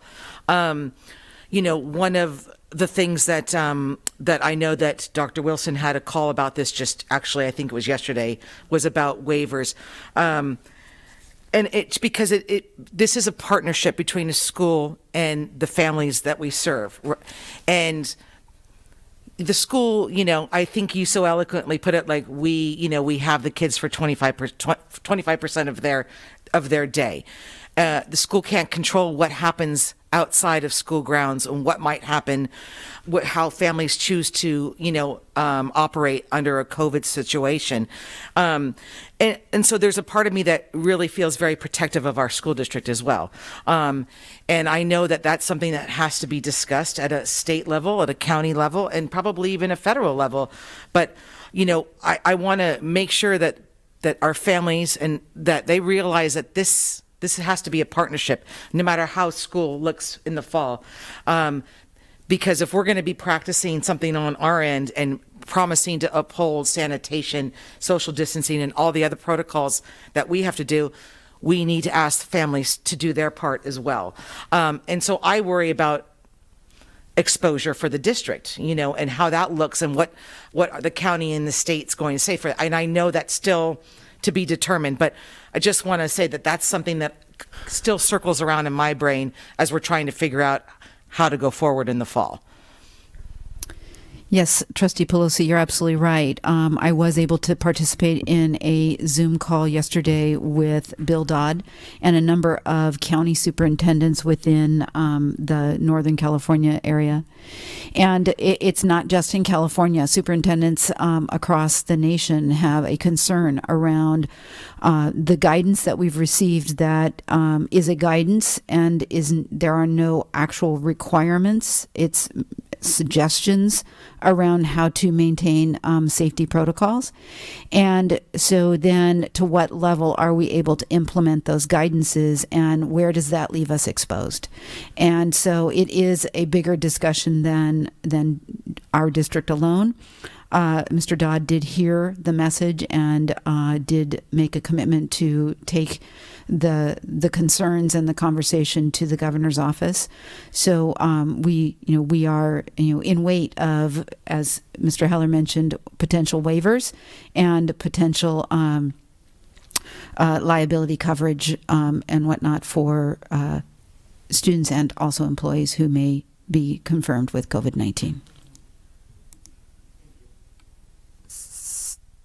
So along that line, Mary Lou, I'm just going to, that was going to be my question, is more for clarification of the general public. Is it true that we currently do not have any coverage should a student or employee become infected with COVID through activities at the district? So it's possible that we could be liable for any eventuality if someone acquired COVID-19 through the district. Yes, that is correct. And just for everyone out there, that means our insurance will not cover any liability for the COVID-19 disease. I'm more saying that for our constituents, our parents, and our students to understand the situation that we are in. It's a very, very difficult situation to operate in. It means a lot, and I would just like to also mention that, as I understand it, if someone is hospitalized and even survives the COVID disease, usually the normal hospitalization runs about $1 million. I was not aware of that, but I believe you. And the challenge too lies in the whole notion that as educators, it is in our core to have school. And that's what we do. That's what I do, and that's what our team is known for. We want our students in school every day, and the challenges that we're facing with regards to the protocols and the guidelines really are a difficult set of circumstances to overcome. Jeff, go ahead. Question. Oh, Jeannie, can Jeff go Excuse first? me, Maria, go ahead, please. Jeannie, go ahead. Jeff will go after you. Oh, it has to do with the conversation that you're having right now as far as liability. So, Dr. Wilson, when you're with the meeting with the other superintendents and Mr. Dodd, is there any kind of a timing on when we might have a resolution to this kind of the liability aspect of this, or where is that at? Is it just the beginning of conversations, or is it something that our legislation has already been looking at, or? There is some work occurring at this time, and Dr. Nemko, our county superintendent, is very active in that work with superintendents across the state. I can't answer an exact timeline for you, unfortunately. I know that not only in the state of California, but all of the states, this is becoming a very verbalized issue and concern as we move forward to open schools. Mm-hmm. Mm-hmm. And then on the other side, and this is, and if you, I'm just kind of thinking out loud, as far as if one of our employees, if they were to be exposed to COVID and they get COVID and things at the workplace, is that something that would be covered by workman's compensation? It would potentially be, but it would be covered by the CARES Act, and that provides 80 hours of paid leave for employees who either are suspected and isolated because of COVID exposure or have contracted COVID. So there would be an 80-hour payment for those employees that does not come out of their leave bank that the district provides. Mm-hmm. Mm-hmm. And that CARES Act was an executive order from Governor Newsom. I'm sorry, say that again. The CARES Act is a part of one of the executive orders that has been decreed by Governor Newsom during the past few months. That's correct, right. Okay, thank you. Jeff? Yeah, I just wanted to say that I really like the idea of this three-pronged approach. I know you couldn't put number one, safety is always going to be number one, but number 2 and 3 of the operations and instruction, and trying to break it apart and look at it as to all the facets and bringing that forward. So I appreciate, I know I too am concerned about a lot of those other issues, but I'm glad to see that we're breaking it apart and we're kind of looking at it to figure out how we can best support our staff and students and provide the best educational opportunity for our kids.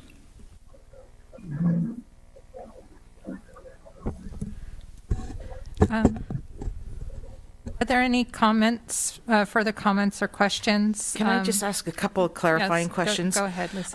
Dr. Wilson or Mr. Heller, on the guidelines and the recommendations from the Public Health Office.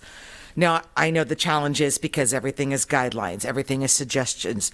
Does a school district have the right or to make something mandatory? I mean, can we say it's mandatory that everybody's going to get a temperature check if they come onto campus? Do we have the?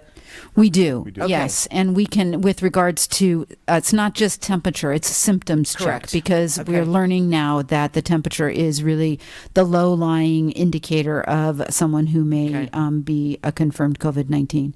So there is an active method of symptoms check, which means we're actually doing it here at school as every student and employee is coming into a classroom, or a passive check, which means that we are basically asking our parents to commit to a contract, and I say contract, that would that they're making a promise to us that they're going to symptom check their child and themselves daily before they come to school. Okay.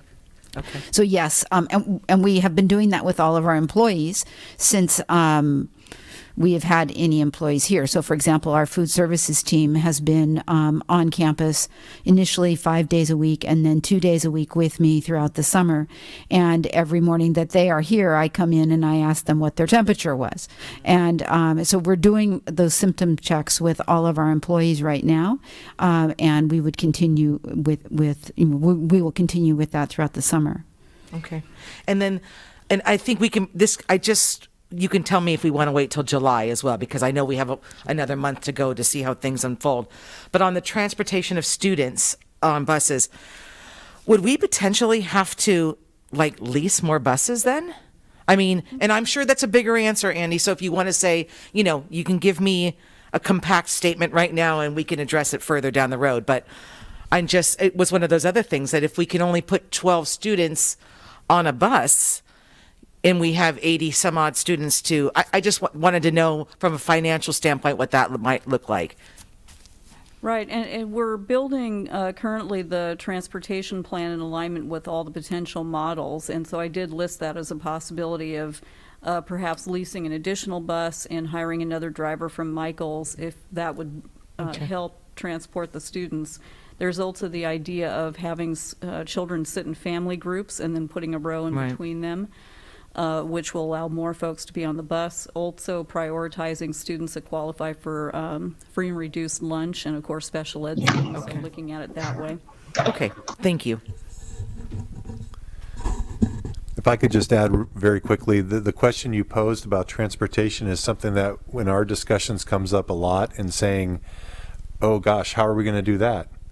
Every time we have a decision about something we might do, there's always something else that is uncovered that we have to consider and think about. And so it's many layers of thought that goes into any decision we make. So the arrows go out in all directions.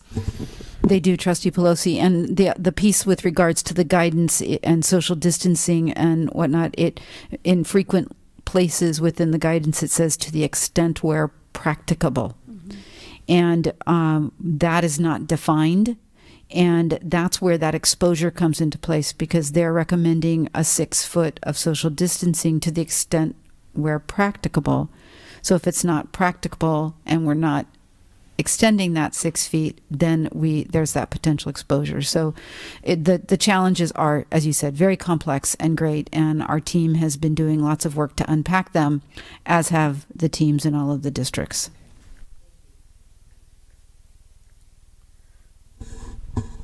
Any other comments or questions? I just kind of have a reflection on kind of the overview of the slides that were shown. I obviously know there's a lot of information and recommendations and guidelines that are kind of being taken in and are going to ultimately help with the decision.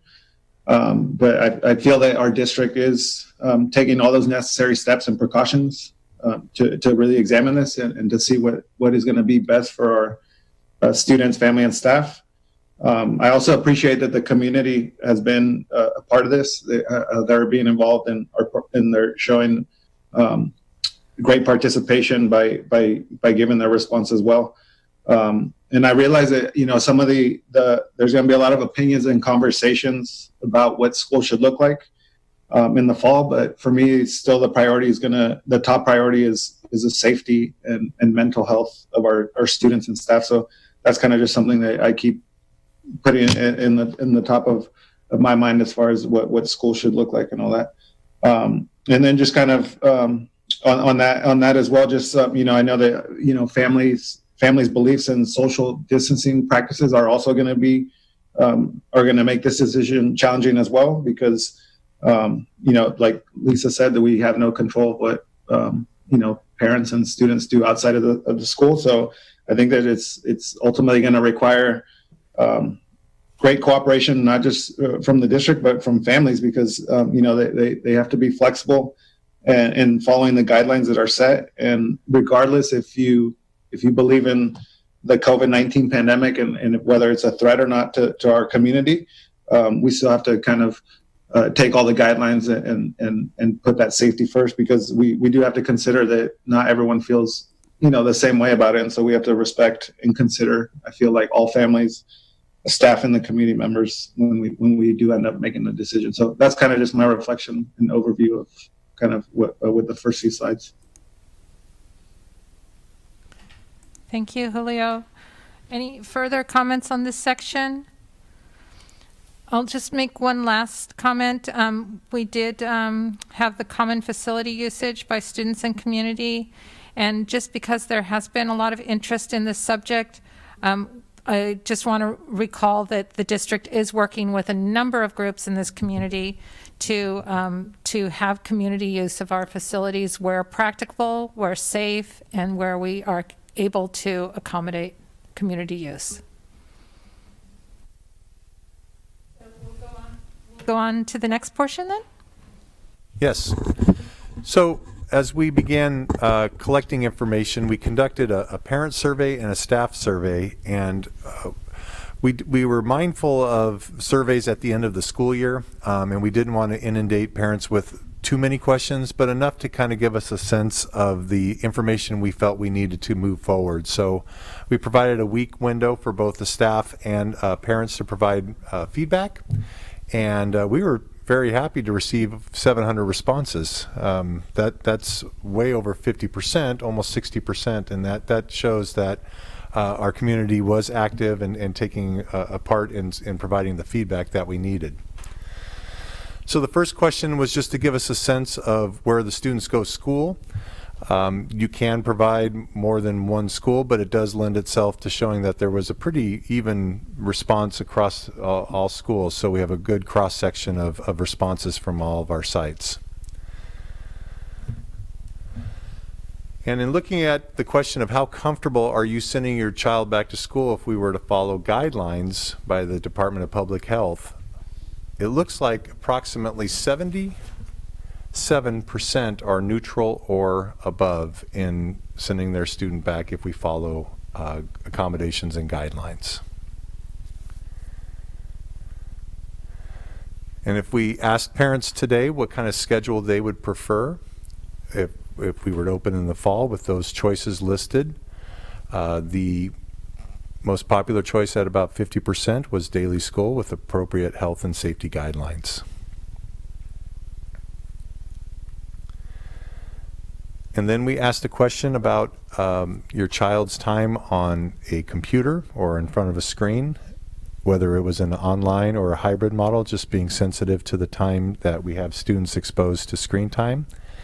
And about 70%, it ranged 70% between 1 and 3 hours. So that's good information for us to factor in as we design what an online or a hybrid model looks like in terms of instructional delivery. Within our staff, we had majority of our responses were certificated and a majority of our staff were certificated, so that would lend itself to being correct in that manner. And if we were to reopen full-time, how prepared do they feel that they were to return? And then the response there was about 69% of being prepared to come back to campus. This question for our staff, again, as I mentioned earlier, and Trustee Pelosi mentioned that we are a school, but we operate in a business model. We do need to consider factors for our employees that would be of concern in an underlying health condition or an age concern as they return to their work. And so those 19 responses that have a concern, we are working with both bargaining groups to identify and conduct what are called interactive processes with those employees to better understand their condition and see what accommodations the district can make for them to return to work safely. And then the final question for staff was, do they feel comfortable working in an environment where we promote the safety and public safety health guidelines that were provided? And we had an 81% positive response rate. Thank you, Mr. Heller. And in addition to the information that we've gathered through these brief surveys, we also have received public comment tonight. And we also are open to responding to our community in an additional manner. Staff plans to live stream and record a reopening of school forum on July 9th. So effective tomorrow, Ms. Madrigal will be creating a place on the website where if a parent or community member has a question or a concern, they can post those questions to the website. And we will begin collecting those questions and answering them in writing so that we can have them translated into Spanish. And then we will identify the most appropriate staff member to respond to any of those questions, likely from the transition back to school team, to join me in the boardroom for that a forum of live stream where we will respond to questions. And much like our board meetings are on Channel 27 and through YouTube, we'll definitely be on YouTube. We'll request Channel 27. And that will also be recorded so that if you're not available to view that in live format, it'll be uploaded to the district website so that additional questions and concerns can be addressed from our community. So again, the requests or concerns can be posted effective tomorrow through July 3rd, and then the live stream will be July 9th. And at this time, President Hauge, would be appropriate to talk about public comment and then open for additional reflection and questions from the board members. Yes, so we did receive quite a bit of comment on the type and format of education, along with we also received a lot of input as to what actually some of it will be more appropriate in the next portion under models of instructional delivery. It's a little bit of both. So what I will express to our public is that all of the board members received the emails that have been sent, and we have all read them. Can I get a confirmation from everyone about that? Yes. Yes. And these same... President Hauge, do you want to hear from Trustee Kerr and Olguin? Yes, I do. Yes, I read them. Read and received. Yes, I've received and read them. And so this public comment, I'm not going to go over it. It was already, it is already uploaded by Ms. Madrigal. So if our community that's looking online, they can go to the district website, go to our board docs agenda online, and then click on all of the emails that have been sent. They've been uploaded to the board docs, to our agenda. So now we're looking at the results of the survey. And do I have any questions or comments from board members?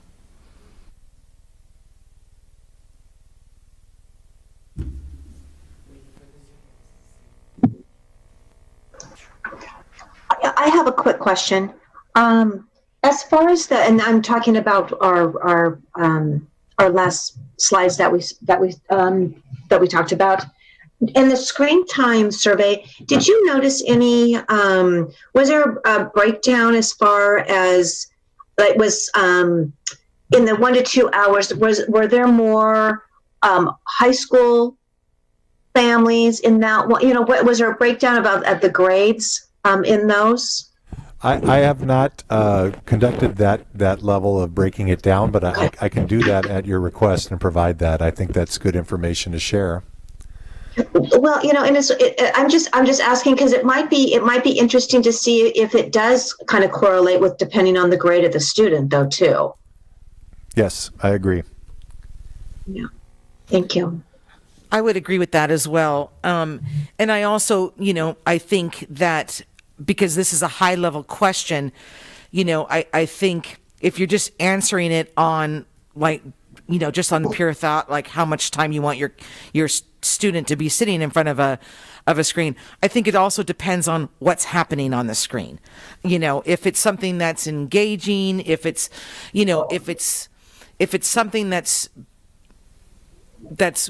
serving the purpose it's supposed to serve, then, you know, then 3 to 4 hours might be more of the norm. I mean, I don't think, I think most people would be apt to say that they don't want 6 or 7 hours on like a full school day on that. But I think 1 hour may not be enough, but maybe 2 hours is enough if what's coming across on the screen is serving the purpose it's meant to serve. So I think this is a great high level response, but I do think that there's a lot of breakdown that can happen in those questions, as with all the questions. And I think the other, and I know that you are working on this, Mr. Heller, but for those staff that might, when they say that they, how prepared do you feel to return?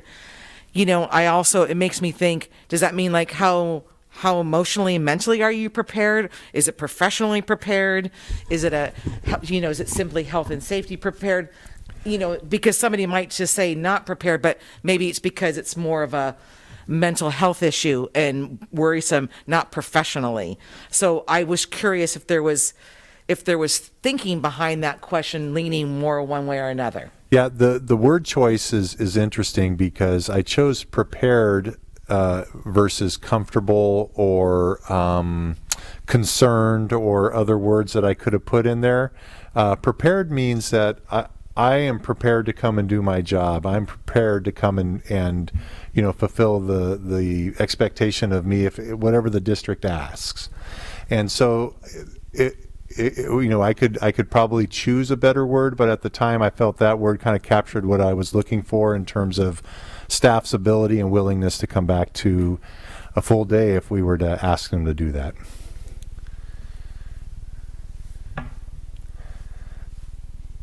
Any other comments or questions, trustees? I have a couple of questions. Go ahead, Julio. The first one was the participation. I'm curious to know that we had 691 participants, and I think we have 1,209 students, and so families that have multiple kids or children took the survey once. So it is the participation would actually be higher. Do you know how many families? Not students, but how many families? I'm just trying to figure out if in the survey we covered, or if we were covering more than the 57%.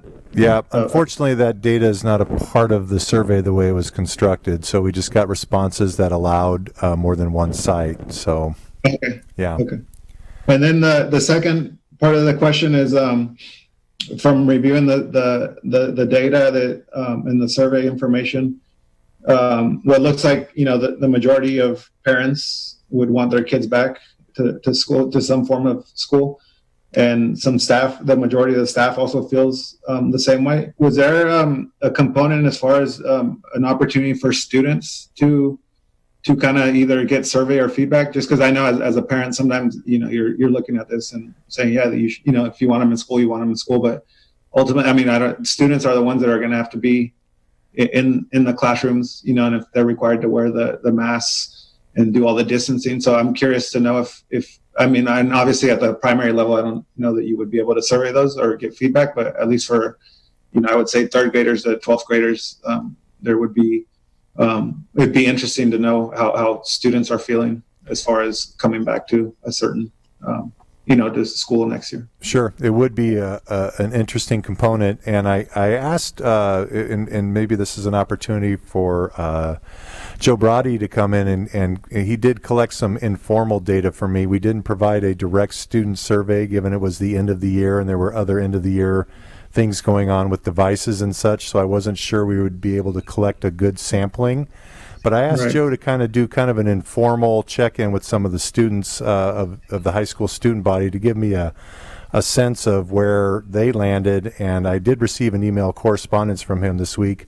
I wasn't able to include that in the PowerPoint, but if Joe's available, maybe he could capture that at a high level for us. Yeah, I am happy to talk about it. I think the main point, again, most of this being informal discussion with students, was that students really just want to be back on campus in any form that they can. I would recommend, if the opportunity arises, that the district pursue more formal and increased communication with students, because there was sense looking at this last semester that students were being left in the dark a little bit in terms of communication and next steps. And I do completely understand that this is a a huge learning curve for all of us, students, teachers, and district staff.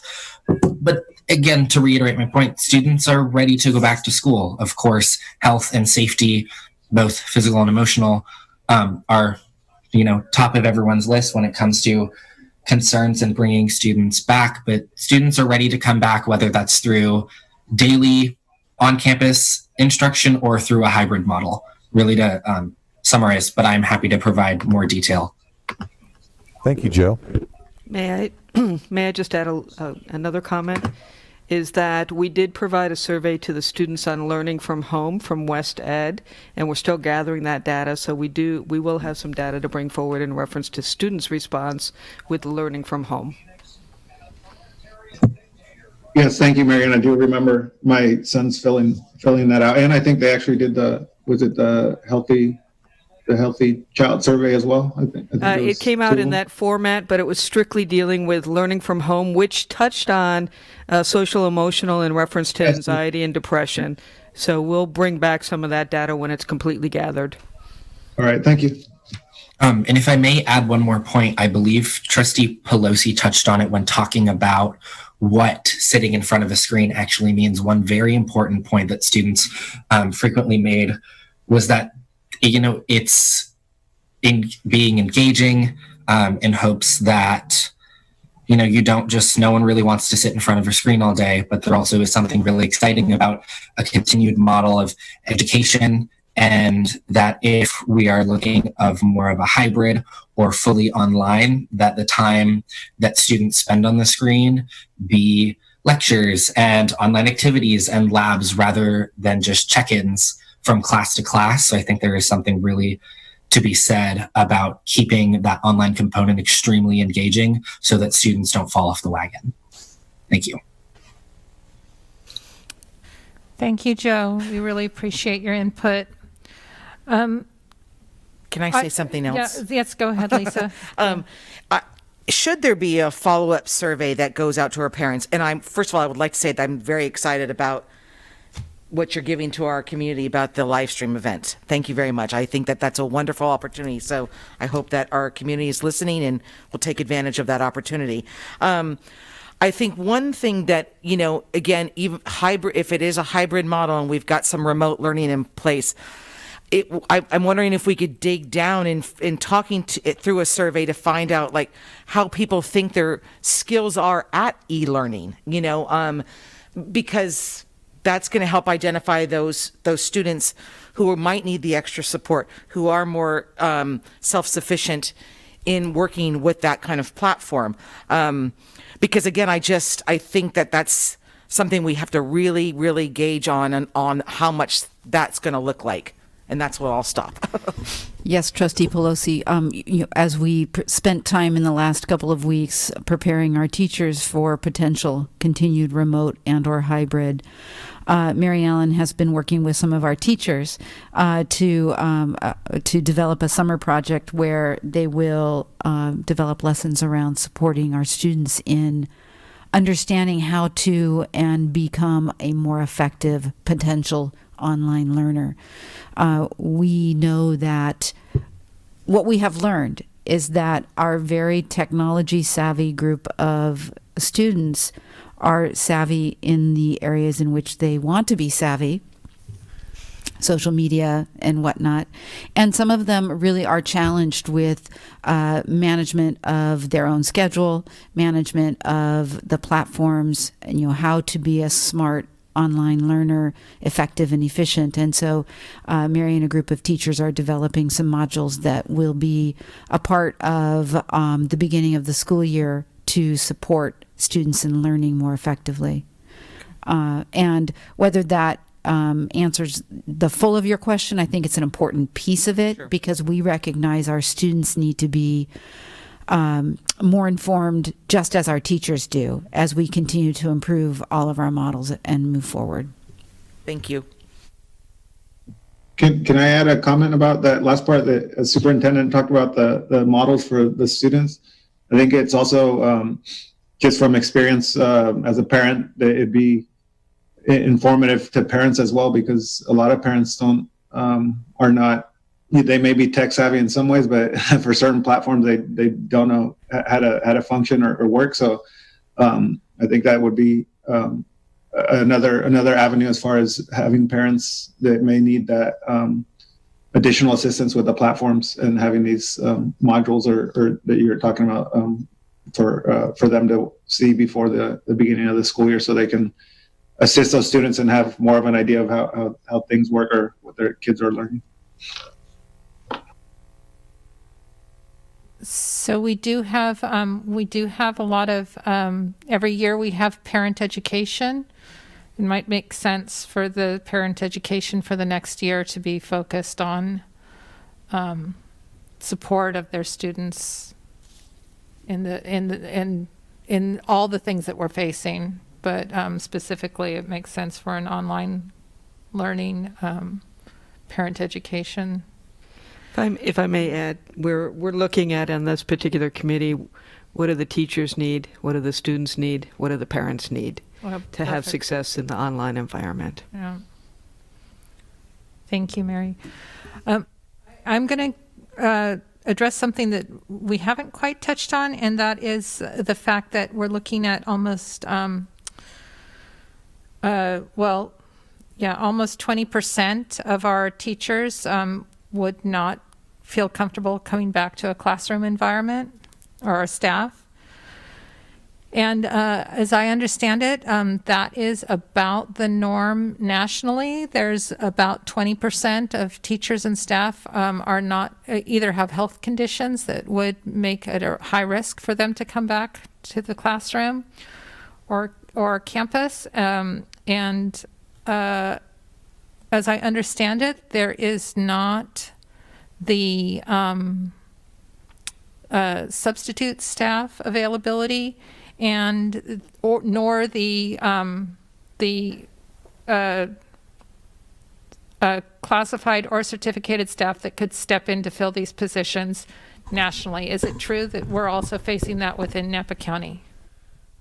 That is an unknown at this point. Generally speaking, our substitute pool is a pool that might have concerns about going into multiple classrooms daily and being exposed in different environments. With our pool of substitutes that we have, while it is a large pool, we don't have anybody that has declared so far that they won't be returning next year. However, in terms of your teacher question, specifically, credentialing could be an issue in terms of offering certain programs, and especially when you're in a specialized area.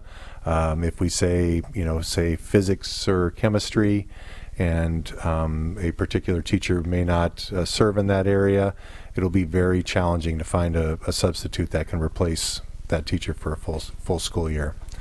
And we don't know who may be yet, and that's why we're holding off for a little bit to better assess our staff and to kind of have that be an integral part of whatever plan that we choose. And if I could also add, President Howe, currently the guidance for summer camps and childcare and actually athletic conditioning require or suggest that small groups, cohorts work together for 3 weeks at a time, and that the child care provider, the day camp counselor be the same person. And the guidance for opening school also suggests cohort of students that would stay together and travel together. So substitutes pose a challenge, because if they're traveling from Napa County to Calistoga, to Napa Unified to Calistoga, then to Howell Mountain, and then to us, there is we lose that stable environment that the guidance is recommending with regards to slowing the spread and maintaining the disease. So there's a lot of challenges embedded in your question. Yeah, I realize that. I just wanted to highlight that because it's something that we have to really consider going forward. And it's one of those things that maybe our community may not be so aware of. Are there any other questions or comments? So, Chris, if we can go on. Yes. Okay. So as we begin to talk about the different models of instructional delivery, the district staff has aligned with the stages of release of public health in the state of California to give parents in the community a better sense of where we would be in certain stages of health orders and their release. So for example, in a full remote learning stage, that would be in stage 1 and 2, and that's where we have been since March, and that's where students are completely learning from a home environment or an off-campus environment, and we're providing remote learning via a Zoom or a Google platform type of effect. The hybrid models of learning, we'll spend most of our time on a slide talking about the different models, but that basically divides students up into 2 groups, an A group, for example, and a B group, and we'll talk about how that might look within a week, a day, different ways that we can configure that, but it would reduce the number of students that are on campus at any given time while having the other group continue their remote learning. The last model is when we would be in stage 3 and 4, and that would be a daily school instruction model. That would be, I don't want to say our normal business operations with school, but it would look something like daily school with students in classrooms and being mindful of public health restrictions and requirements. So in any one of those 3 models, wherever we choose to begin, we could be in another model by the next week. And then we could, in a month later, be in a different model. So I want to caution, our selection of a delivery model when we get to that point is our starting point. It's not our selection for the entire school year. It's going to be a fluid process. So let's take a look at each of the types of models. So full remote learning. So we're talking again about a platform that delivers instruction online. We have taken the feedback, and we would develop a daily schedule and a routine, and for the secondary grades, a period structure that would be embedded in the day, and how that would look in terms of students accessing a classroom instruction and then having time to complete related assignments during their day. Our school facilities would be closed. And so this would be used when we're in a spot of stage 1 or stage 2 to contain any mitigation spread in our community. The hybrid model, Dr. Wilson talked a little bit about the cohort example. So the same grouping of students is a consideration to have just one group isolated on campus throughout the day, and possibly having teachers come into them. And they're staying in the same spot. So there's a lot of considerations that we need to think about when we just talk about a cohort, because it's really challenging to keep that same group pure and not have other people such as specialists or psychologists work with students within that group. It's going to be very difficult to deliver those services. Within the hybrid model, we have a reduced class size, as I mentioned, so we were looking at dividing our classes in half. So it would be divided into an A and B group. And again, one group's in school and one group is learning remotely.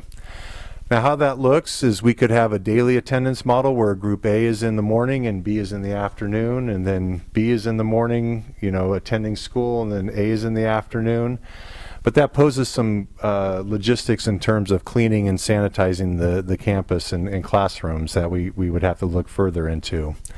Other models have Group A attending school on Monday and Tuesday, while B is learning remotely, and then B would attend school another 2 days during that week, and A would learn remotely. Another model, since we're just talking models, is A goes to school all week, 1 week, and then B's learning remotely, and then it flips the following week, and so on. Another model that we learned of today is to have a group everybody go to school for 1 week, and then you have remote learning for 2 weeks in case somebody were to catch the virus. Then you have a 2-week period where that group would be able to recover, in theory. So there's many options out there, and we're still exploring and considering the different ways that we can incorporate that into our district. So this one lends itself to stage 2 and stage 3 where we are, and starting to move into stage 3 under those reopening guidelines, because it does have some of those health restrictions, but allows teachers and students to interact with one another, which we've heard is a common theme tonight, that students and staff are missing that connection that they have. And then daily school instruction would look like opportunities for students and staff to use personal protective equipment, PPE, and follow the safety guidelines. We would again need to look at how we're cleaning and sanitizing the school, not only daily, but perhaps even on weekends. I talked a little bit about the cohorts. We have to decide, do we want students to travel in cohorts or do we not?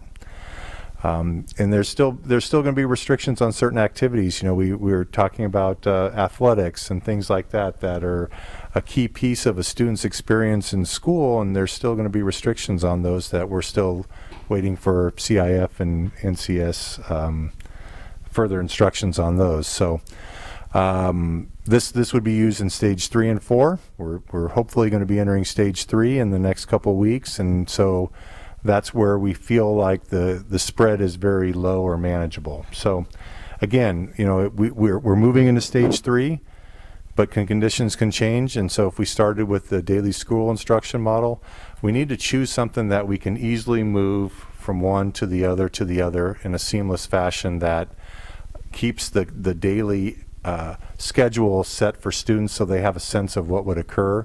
We recognize that any other stage or any other instructional model other than the daily school instruction would pose challenges for parents, covering their students in terms of supervision while at home. So again, there's no perfect model right now, so there's always pros and cons with each.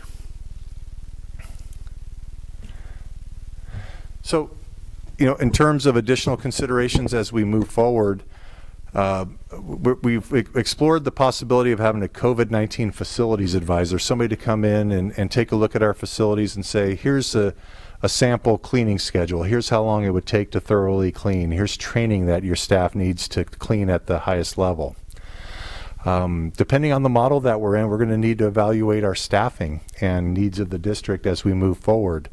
There are certain positions that would require people to be in attendance, and if we were in a remote learning model, we may not need those certain positions as we move forward through the school year. Again, each principal is doing a current assessment of their facilities to determine what it would look like in a classroom to have a 6-foot radius around each desk, and they're creating maps and models for us to better understand the capacity of each class with a 6-foot social distancing radius. We're moving back to potentially the single desks for instruction. We've done so much work in the past 10 years on collaborative learning. It's been so great, but the reality is we may have to start moving back to that model where we sit at a desk and learn independently for some time.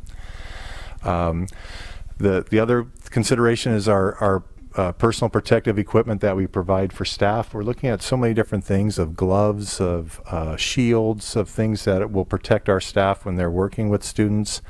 And it's not the normal that they're used to, that warm, friendly engagement that you have with students. It's going to be very doctor-like almost, where you have a mask and everybody's, it's just not as normal as it once was. And Andy's done a tremendous job, and she gets to present in a little bit, but she's managing our expenses and our created a COVID-19 fund with some of the unexpected changes that we're going to have, and some things that we're going to need to purchase to make it a safer work environment for everyone in a learning environment. So her ability to do that and set us up to address site needs has been commendable. So we're at a point now where we begin to take a look at what we might need and how it looks in the fall. So those are things that we're looking at in addition to everything else. Thank you, Mr. Heller. And I would just add a few comments at this point. Typically, at this time of year, our principals are putting their master schedules, on the shelves for a time. They are closing up their offices. The teachers have packed up their classrooms, and everyone knows basically what's going to happen in August, and not necessarily who a child's teacher might be, but certainly the schedules are in place and plans are made. And our entire community, school has been a structure that is fairly static for many years. And at this point, as Chris is talking about making all of these plans, our principals are unsettled because they don't know what it's going to look like. Our community is unsettled because they don't know what it's going to look like. You are unsettled. Our board representative, Joe Browdy, is unsettled. All of us are unsettled.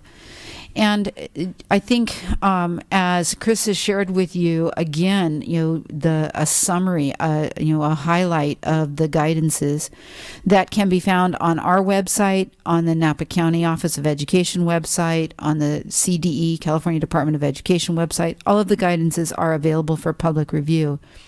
Are daunting, and this is hard work. And it's not hard work as if we're digging a hole with a shovel. It's hard work because there's so many factors and so much at stake, and at the end of the day, we don't want anyone to get sick.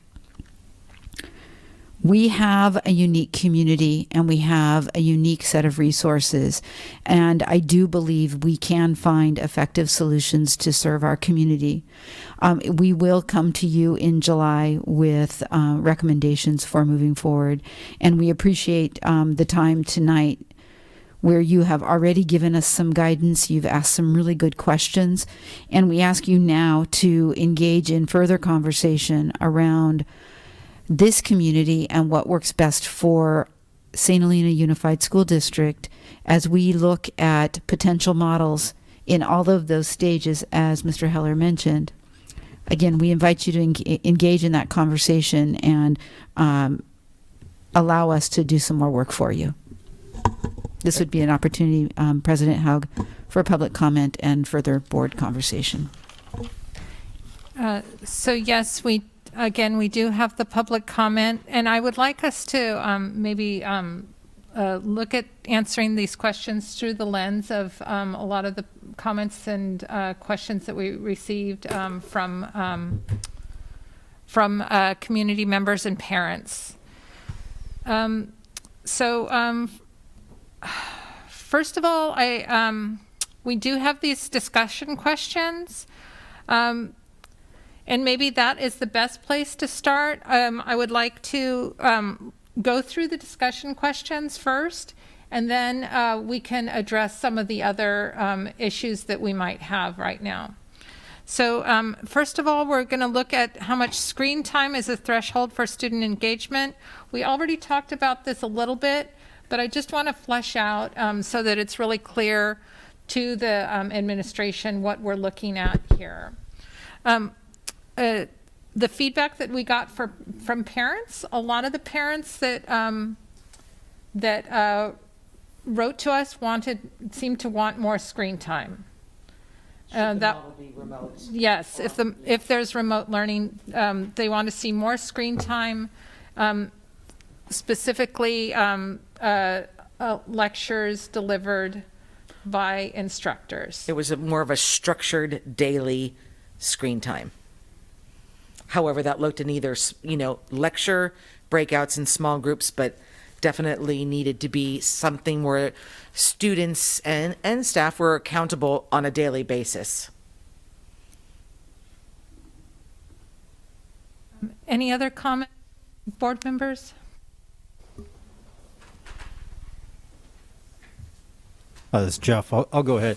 I think it's also critical that as we potentially flip through these different models, that I know it was deemed from above that grades weren't there and we was a pass-fail, but I really think that you have to have grades, and in a remote learning environment, there has to be a test time, it has to happen, and we have to do it because it engages everybody, and that my hope is that the staff will, this is I don't want to call it the new norm, but this is a norm we're going to have to deal with this next year.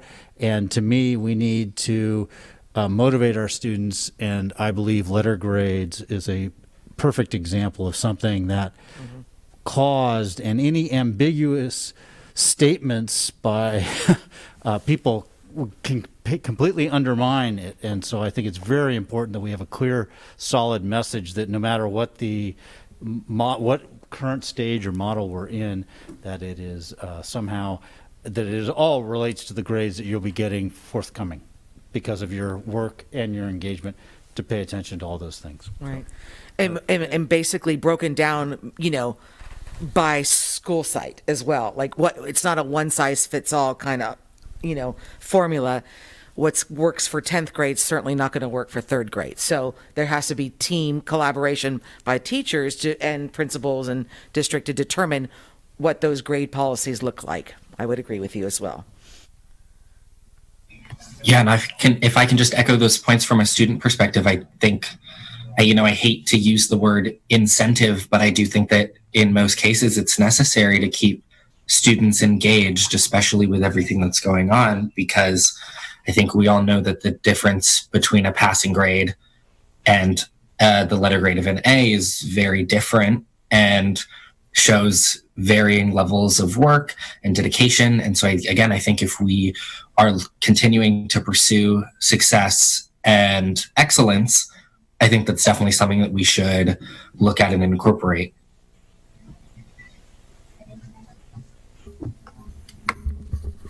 Julio or Jeannie, any comments? Yeah, I can go.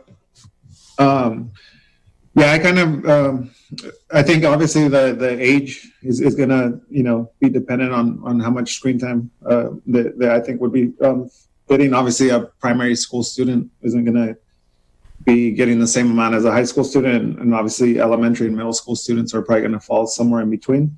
But for me, really, it's coming down to not so much the amount of hours, but more the quality of those hours. So I think that screen time, it would be important that during those times it is either direct instruction or some kind of, if it's new material that students are learning, that it's coming from a teacher, or also too when it's an opportunity for the student to be in like a class activity or a class setting where it might be like a discussion or even a social emotional check-in, which I know like for my daughter, the primary school, they did those often, or even just a pre-recorded lesson from their teacher. I think that those, for me, those were things that I think are going to be important, just so that we can keep the students engaged and motivated and feel like they're part of a classroom, even though they're doing it from a.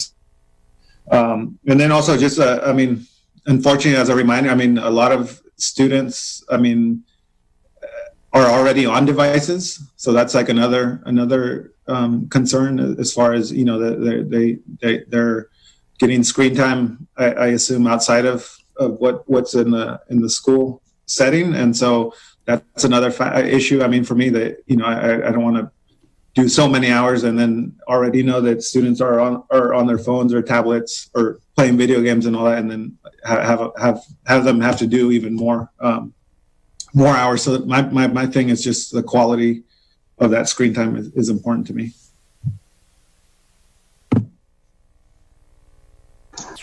So my thought is, and I know that we all are specifically discussing screen time, but when I look at these discussion questions, kind of what I think about is how I go back to Dr. Wilson's discussion about the emergency team that kind of moved into like the instruction committee and that type of thing. Just to help with these type of questions and things, I think it would really be to the advantage to our district to invite parents on this type of a task force or instruction committee, just so that we can get their feedback on things as well. Because they're the ones that are at home with their students, so they probably would have a pretty good idea, as far as screen time, especially for our younger students. And it's in addition, I think that it would be beneficial to have teachers on a task force as well as we begin the process of deciding what instruction is going to look like for the fall. And as far as specifically about the screen time, I think the other trustees have weighed in, and I agree with them. This is Jeff. I would be very concerned about including parents because I think they're singly focused on their own family or children, and as school board members, we are brought in to represent all the students, and that would be very. I agree about the teachers, and I know there are many teachers and principals that make up but I'd be very concerned about adding a direct line parent. The parents can feed through the school board members is to me the kind of the way it should work. I would just be afraid of, because we're responsible for all the children, and that I don't think that parents necessarily agree with that all the time. If I could add the transition team project also, just as a matter of membership, I'm thinking of 1, 2, 3 of the members that are 4 that are members of employees of the district and have multiple children in our schools. So we are getting a dual lens from many of the members of the committee. And on the main committee, we have union representatives, so representation. So we have the classified president and the certificated president. And I know that Mr. Heller is meeting with a small group of teachers tomorrow to continue the conversation to gain more input from the varying levels, because high school is very different than the primary school. And so, we are working to gather the voices of many within our school community to garner and determine the best decisions for and recommendations for our district. Thank you for that. While I see your point, Jeff, part of me also feels like if we are in any kind of hybrid or 100% remote learning, we now have parents who are spending, 10 plus hours at being their child's teacher. So, while I know, I understand why you would say that they could be single focus, because we've seen that when people sometimes join a committee, they're not thinking of all students necessarily. But I think that if we are in a model where parents are going to be responsible for, X amount of hours with helping particularly our younger students, their voice, I think it's a nice olive branch for our parents to know that their voice is important, and that, let's tell us what's working at your grade level, what's working, what's as a team, what do you see working in that first grade, fifth grade, what's not working. I don't know. I would be hesitant because this is such a trying time for families, and it's emotional time to not, we're not saying that we are not welcoming their voices, but we might need to bring some parents in on a kind of committee level to hear from them. But my 2 cents, if we're in those models. I am looking at the question a little bit differently. My question would be, what is age specifically, what is the least or minimum amount of screen time that is needed to get the curriculum taught and to get the students to learn? And I think that's going to be dependent on the age, and it's going to take a lot of trial and error, unfortunately. But we're going to have to look at other models, and we're going to have to look at the best models that are proven to work, and we're going to have to be willing to. I think that Joe brought out the idea that it's really important to have grades. We have to have accountability for the students to complete their assignments and to try to excel in them. And I think that the last few months we had the best intentions. We were very focused on the social emotional wellness of students and families, because it was such a horrible time for so many people. I think there was so many families where parents lost their jobs. There's a lot of uncertainty. There's a lot of angst. There's a lot of fear. And I think that we didn't want to have the added pressure of grades, and then the state said that we wouldn't have the added pressure of grades. So I think now we've learned that we can go into a system of more accountability, and I think that the screen time might be determined on what are the results of testing, what are the results of students' achievements, and then see where we need to fill in. I think that it's going to be something where we're going to have to adapt, and I don't know how we'll measure it, but there will be some way to measure it, and I just think there's not going to be a one-size-fits-all for the screen time. I agree with you, President Haug, and you, as a public school advocate, in the classroom, there's no person other than me that believes that you don't replace a classroom teacher or a classroom experience, as Joe described earlier. Our children want to be in school, and if you think about our primary school, our principal, Mrs. Sanguinetti, and her staff have worked over the last couple of years to reduce screen time. And so in a typical school day at the primary school, children were accessing screen time for about 20 minutes a day in that school day. So when you say how much time is needed to address the curriculum, that's one of those really daunting challenges that we face, because online learning is not the most effective method for learning for children. Yeah, even seniors in high school.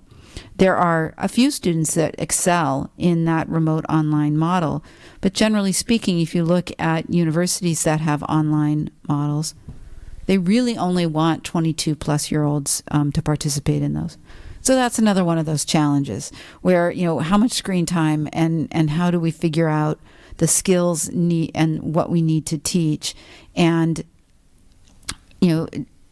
Joe is now a senior. Joe Browdy is now a senior, and his ability to access and go online is very different than a 5-year-old who is sitting, in his parents' lap, as you mentioned, 10 hours of homework a day. So it really is one of those daunting challenges that we face. And then if I can just add one more thing, I also think it is very important to point out that across all the different school sites, you have extremely different classroom settings. So you look at our lower grade levels, and we have groups of students who stay with the same teacher all day, but are exposed to a bunch of different curriculum with that one teacher. But then you have students at the higher grade levels who are taking up to 8 classes in a day. So I think it's very important that we also look at and balance screen time in relation to the number of classroom settings that students are moving through in a typical school day.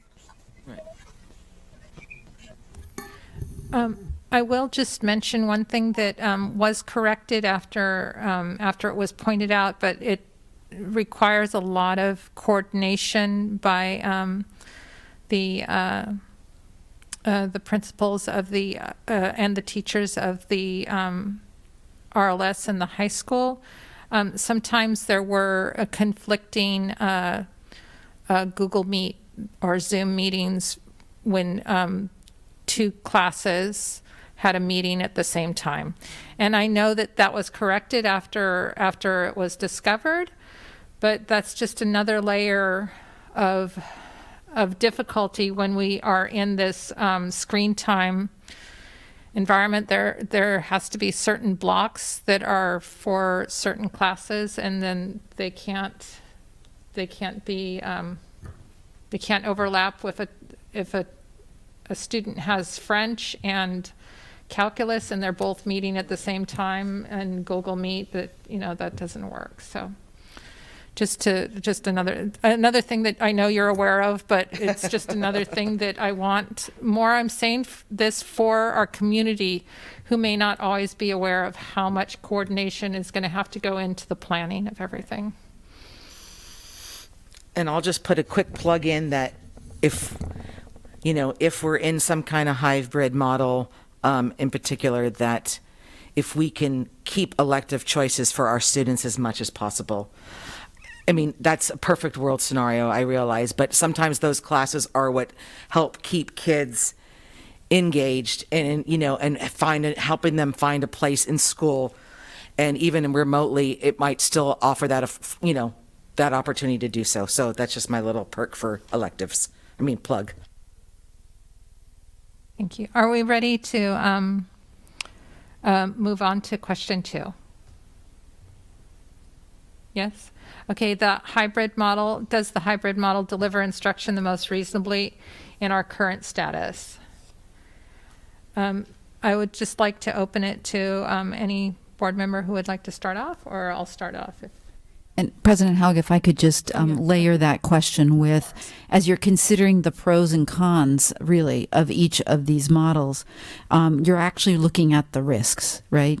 And so we are interested in hearing from each of you as board members what you consider to be the risks and what can we overcome, and what would be the pros, what's the best aspects of a particular model, and what are the most negative that we could, if forced into that model, we could work to mitigate.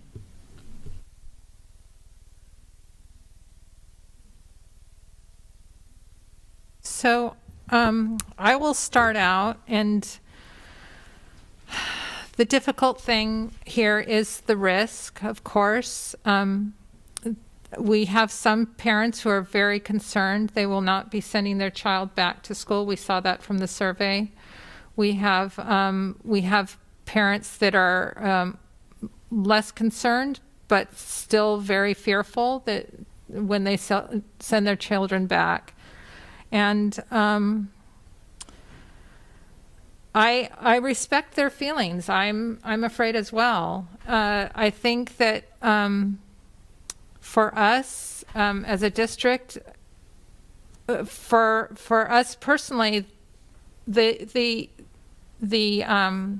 disease has not touched our district specifically yet, but there have been family members of people that are attending our districts that have lost family members.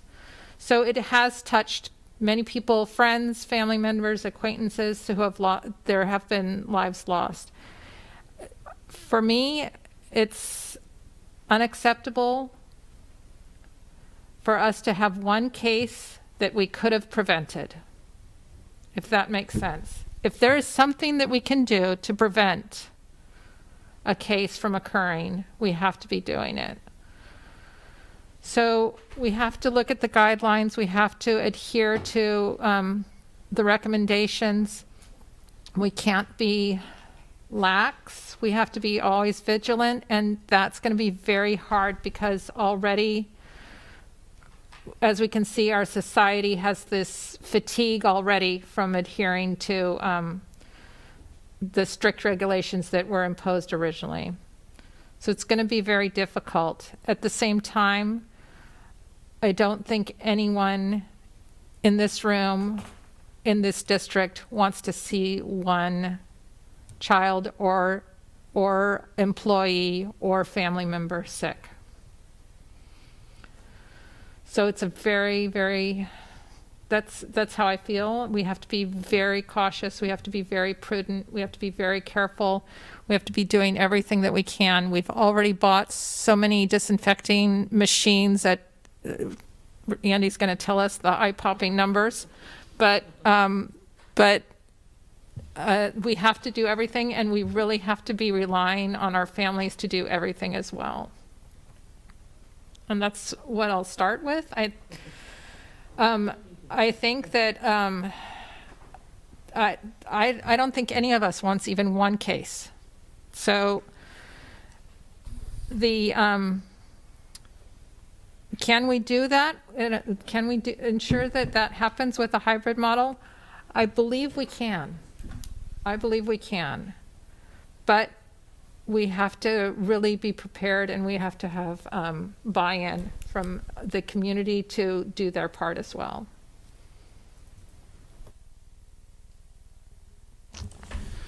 This is Jeff. So basically, I'm looking at the hybrid model as obviously daily school instruction, stage 3, 4, to me is the goal of what we're trying to get into.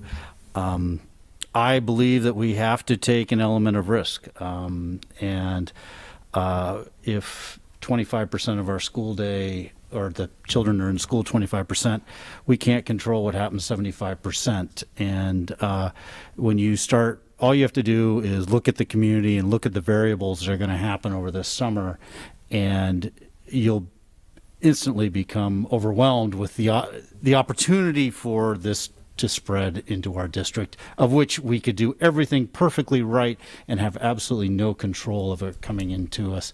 However, with that being said, I do believe that we should be taking as many of the precautions as deemed possible.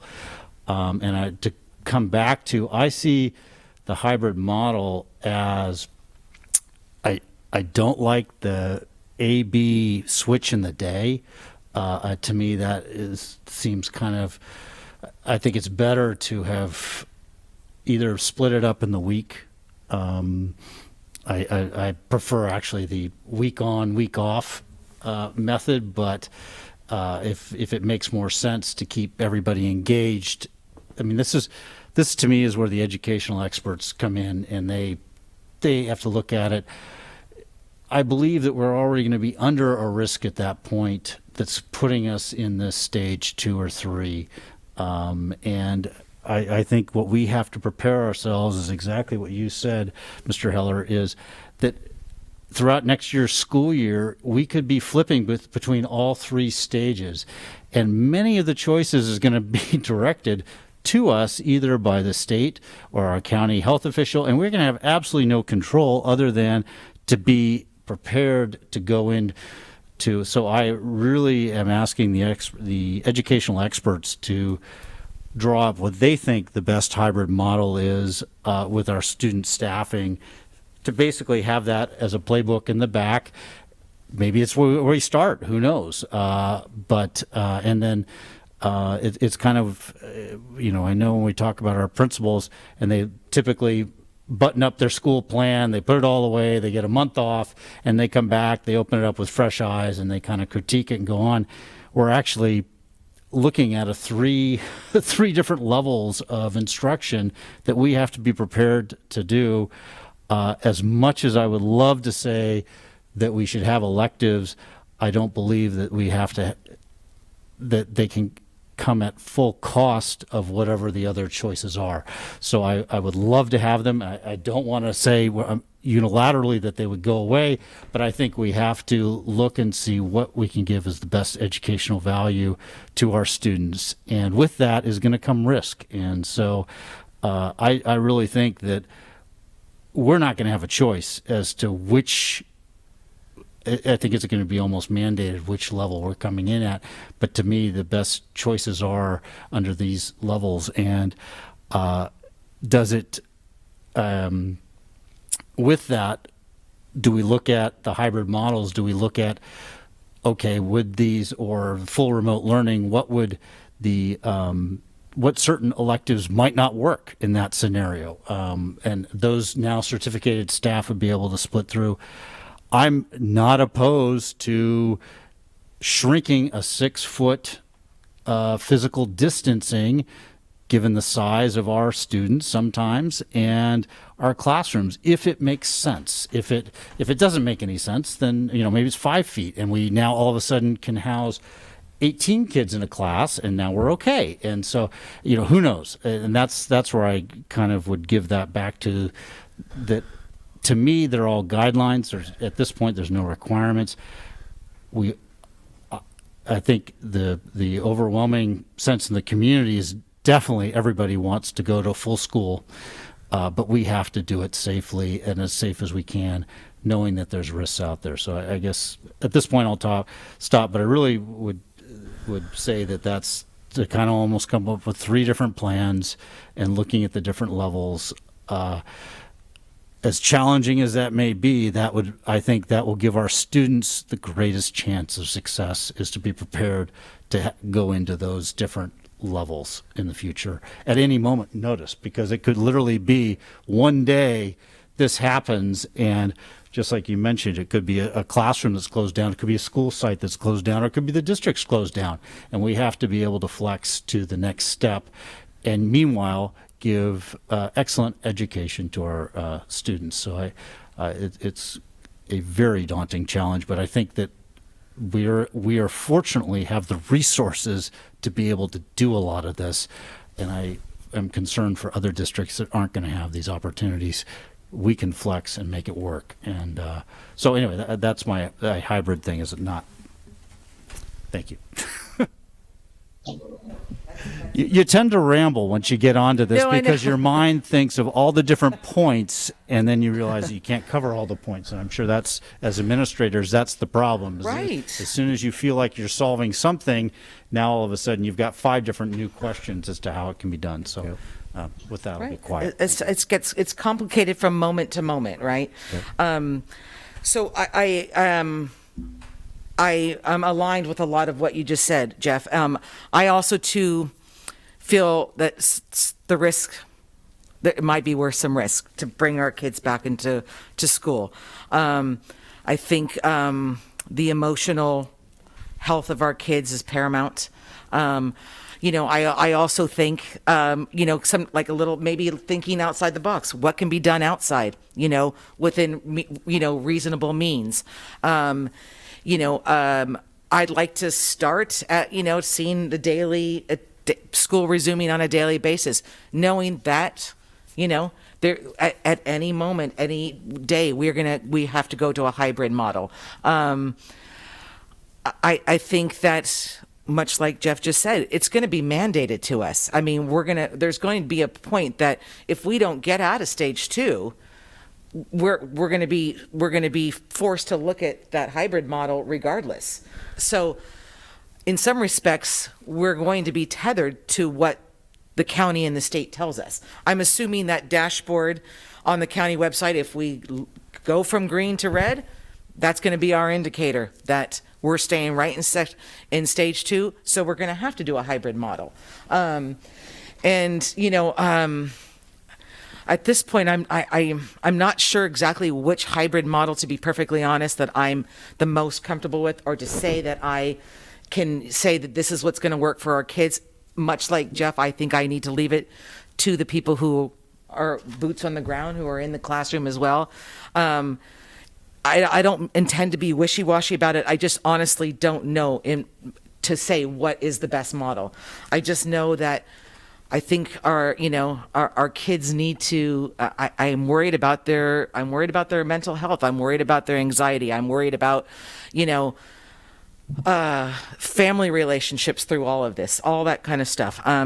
So that's kind of where I'm in line with. I'd like to start with daily, go to hybrid, be ready to go at all models. I think that, if we do any kind of hybrid that with remote learning, the one thing that, based on some feedback, is to see that we have consistency among grade level teaching teams, that, teacher A is putting in the same amount of time as teacher B, that the communication is, vastly improved to our parents and our students, so that everybody knows where to go to get, the information, or what platform to use for their school site. Where can parents check in? Where do students check in? Streamline that as much as possible. There seemed to be a little bit of confusion there towards the end. And, again, because it's not no fault of anybody, but it's just that it made it much more frustrating to end on that note, I think, for a lot of families. So, all those little bullet points need to be put in place, even if there's hybrid or full remote kind of thing. And again, I feel like I'm kind of like, on a little tangent, so Well, I may come back. And I'd like to add one thing that I think we should look in and maybe pre-screen our students and find out exactly the number of students who are fearful for coming to school or family members are fearful of coming to school. And we need to find out if that is a significant number and determine whether we need to make an online model specifically for them for the year. So, sorry, I thought of that as you were eloquently speaking. And then, of course, as it happens when you are listening to other people discuss, maybe I came off sending the wrong message. I'm not against the hybrid model. I'm also think that we can all go back to school. My focus was on that we have to go back to school safely. And maybe that with my rambling way that's not what I came across, but that was really what I was trying to get to the crux of that. We have a lot of hybrid models to choose from. There was even almost I don't even know if it was a full day hybrid would be what you would call it, with some classes in lower grades going to a very reduced class size when possible, if we have the teaching staff, and then maybe a more of a split week or a split class hybrid for older grades. So that was a really interesting model to me. But then again, like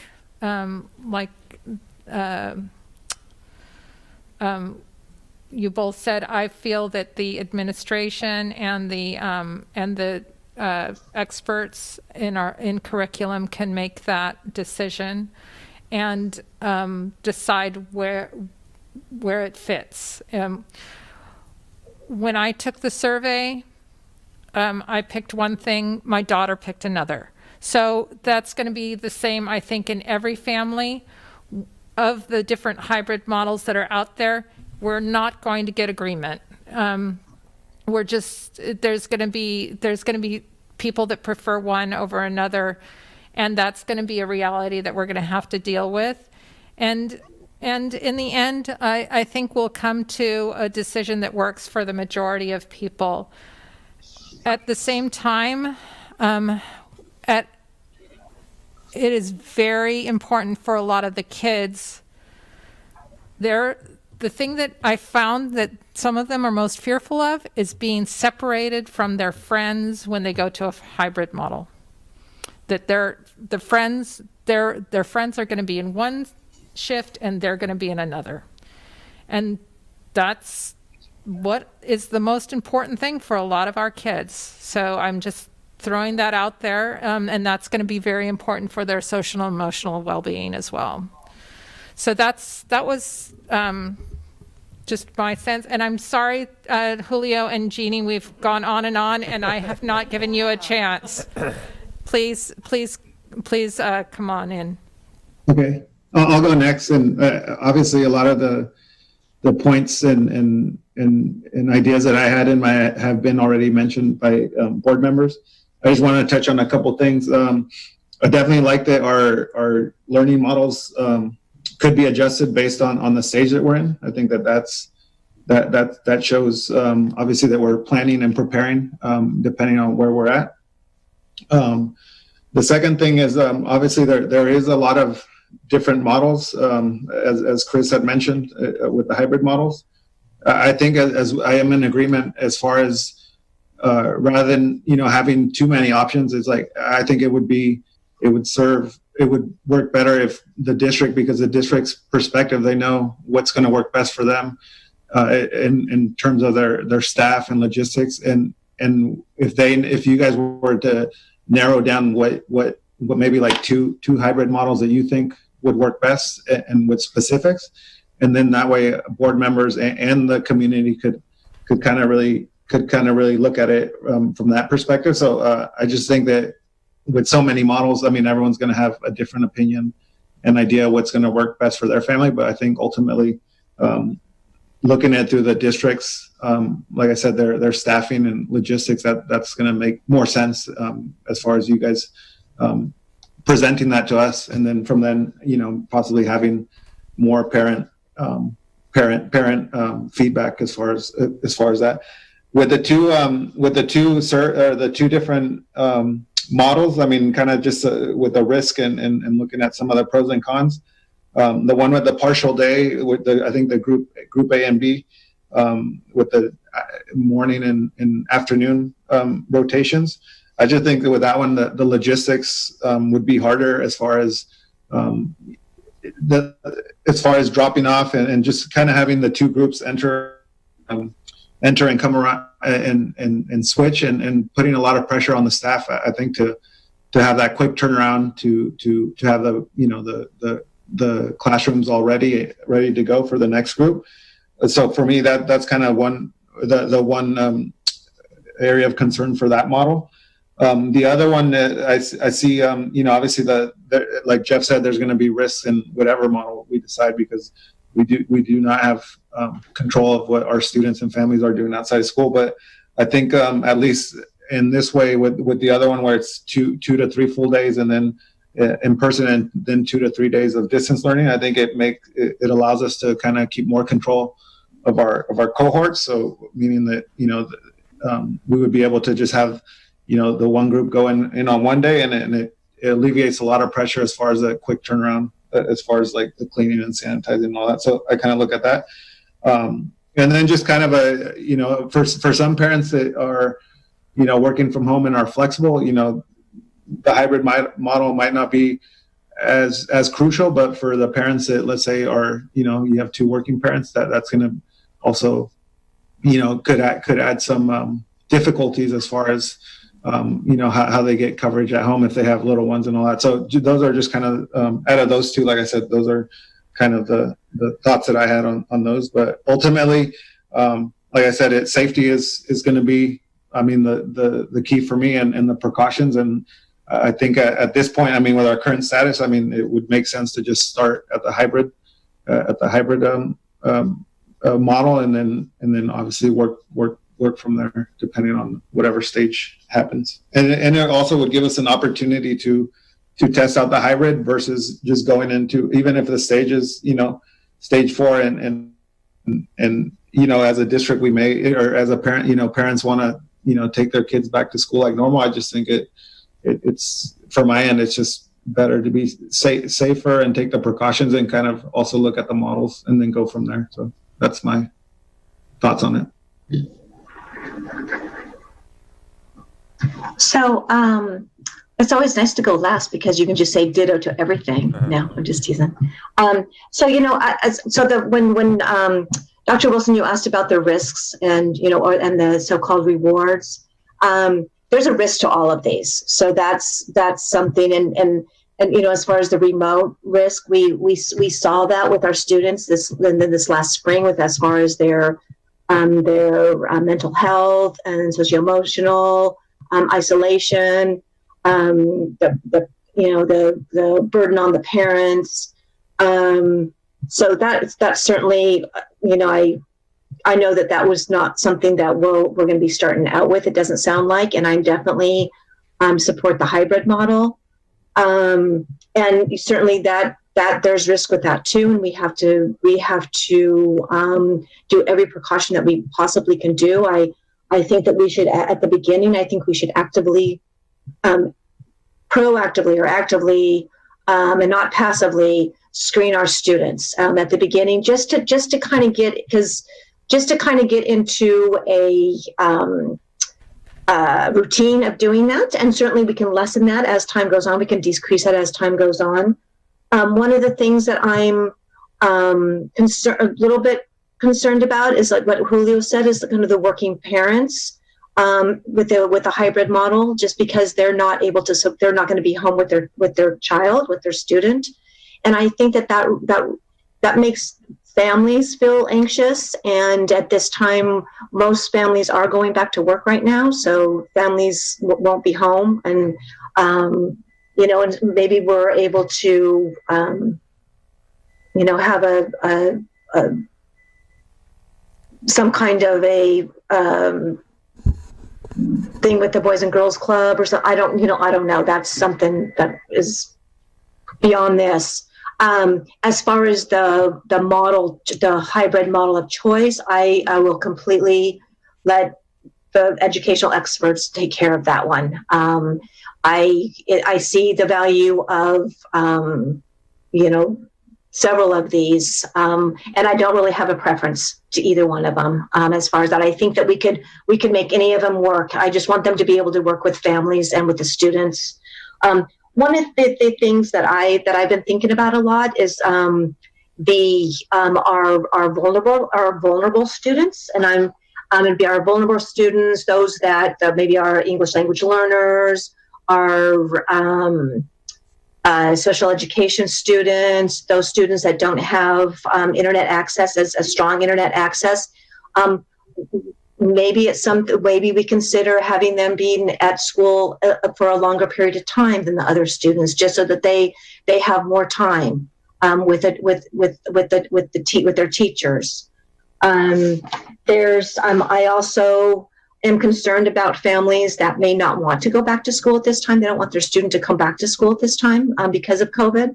I do believe that we should be providing options to those students, regardless of why they're not planning to come back.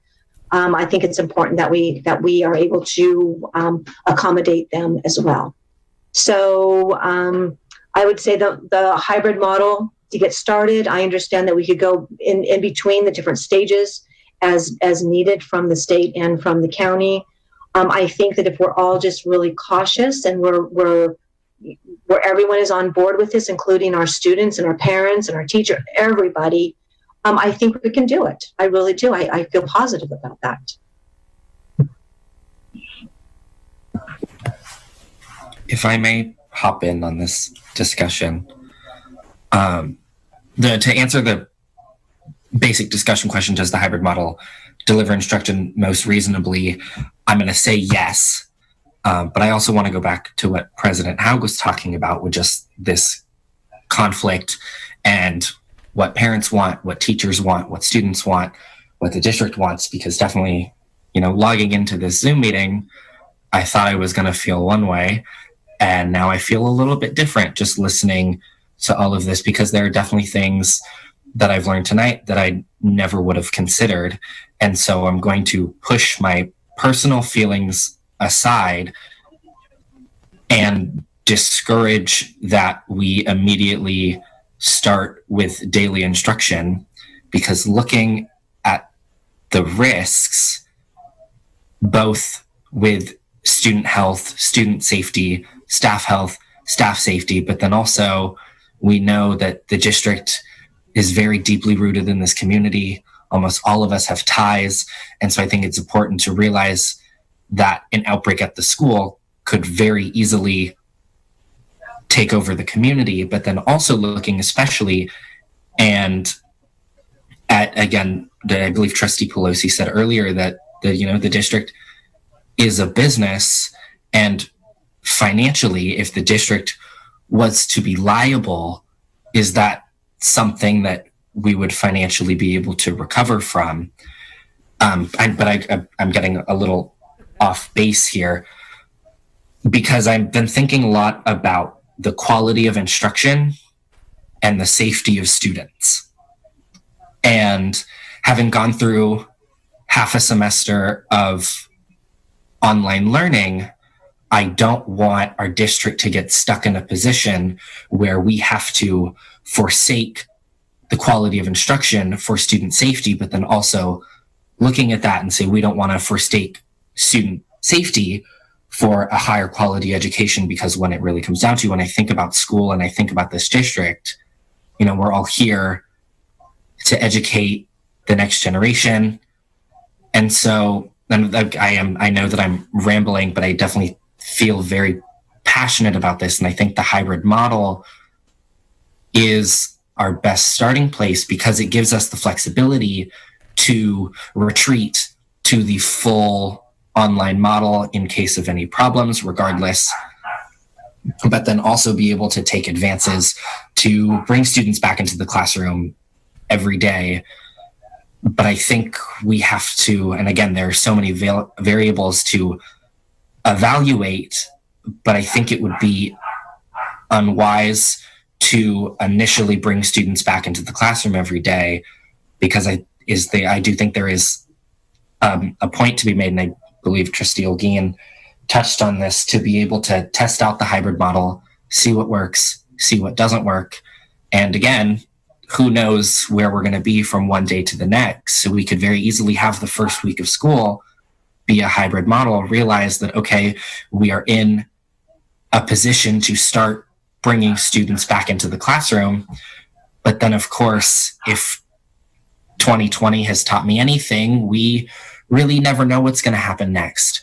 And so, going almost full circle back to Trustee Conwell's point, I think we should be prepared for as many outcomes as we can. And I know that's going to take a lot of work, but I think this community is very well equipped to handle that, to look at these many different options. But again, I know that I'm rambling now, but bringing it all together, I think the hybrid model would be, as much as I would love to go back to school, and as much as I know my peers would love to go back to school, I think the hybrid model is our safest bet, looking, all things considered, financially, looking at emotional well-being. It gives students the opportunity to interact with each other, and of course, face-to-face, 6 feet apart, PPE and all of that, but then also gives us the flexibility to scale back, move forward. And I think it puts us in a position to continue to evaluate and continue to build upon these respective strategies, looking again at cases and what this pandemic looks like in August, because as scary it is to say, we really don't know what the fall is going to look like. So going back, I think the hybrid model is our best bet, and I would discourage initially bringing students back into school every day. You know, and I do want to comment as well. Well, first of all, I just want to say, Joe, thank you for always speaking so eloquently and so thoughtfully and things. We really, really appreciate that, and speaking on behalf of our students. Thank you very much. Thank you. But one of the things I was thinking about remote learning is that we also need to continue to beef that one up too, to keep focusing on remote learning as well, because as we've all said, we may be going back to remote learning. But it also, even if we get through the COVID the next year, we might be having to go into remote learning for power outages or fires or something. So it's something that we'll always be able to use. So that, I just wanted to bring that up as well.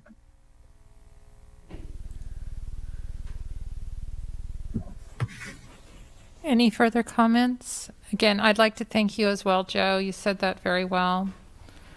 I think that is our direction clear that we want the, from what I gather, we want the administration to choose the 2 hybrid models that would work the best for our district, and bring those back. And then we're also looking at the hybrid model would be a good place to start, depending on the situation when it's time to go back to school.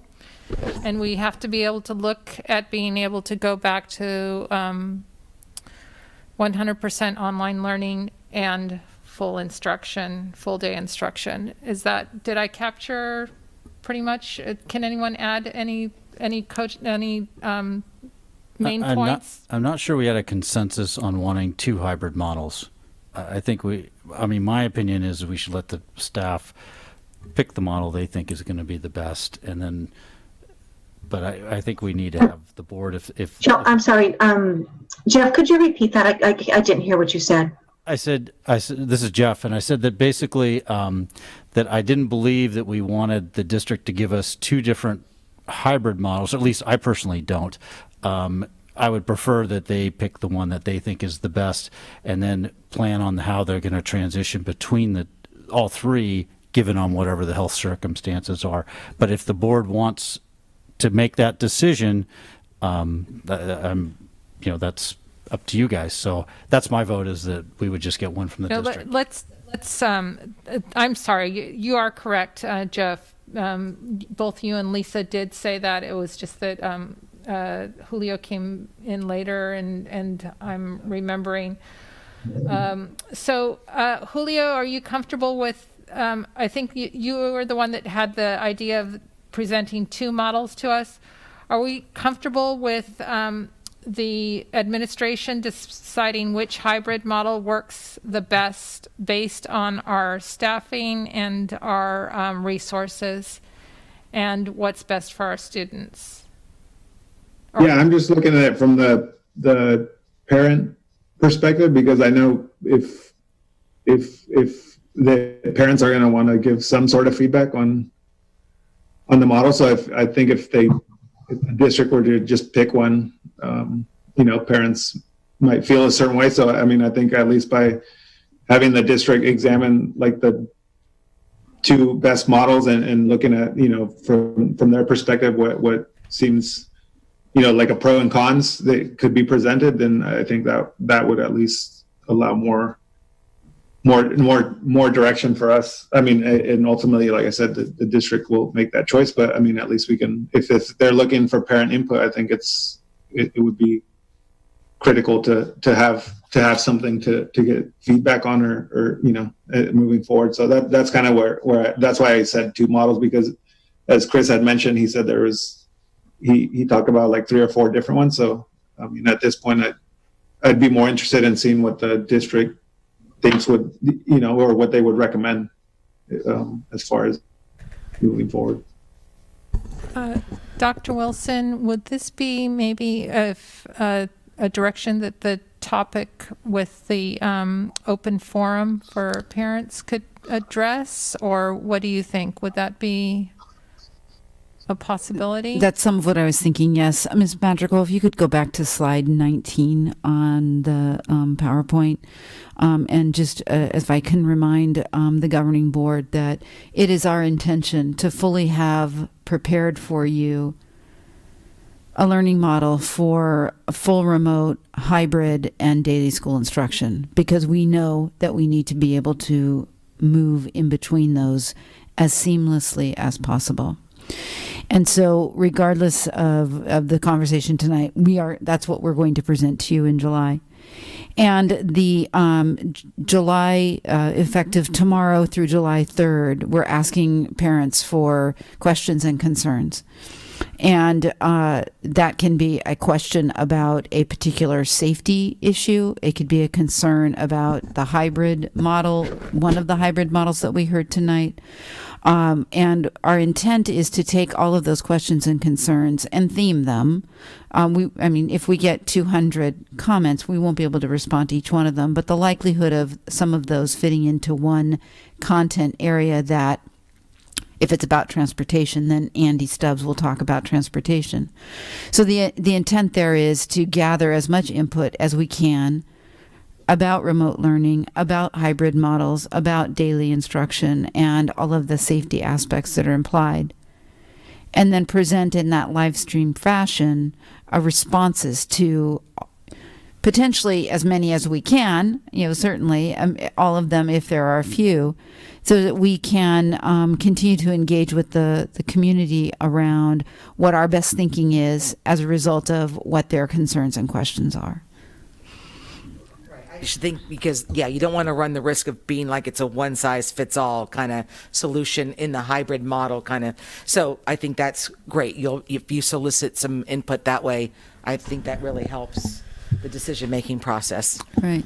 And as you shared, each of you shared tonight, and Mr. Heller shared as well, we know already that within our full remote learning, there is opportunity to be more robust and more rigorous with a more structured schedule. We know that. And we welcome additional comments about each one of those models from our community, and feel that as a result of all of that information, we'll be able to move forward with recommendations.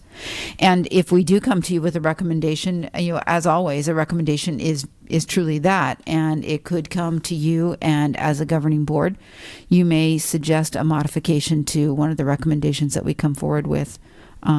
That certainly is your right as a governing board.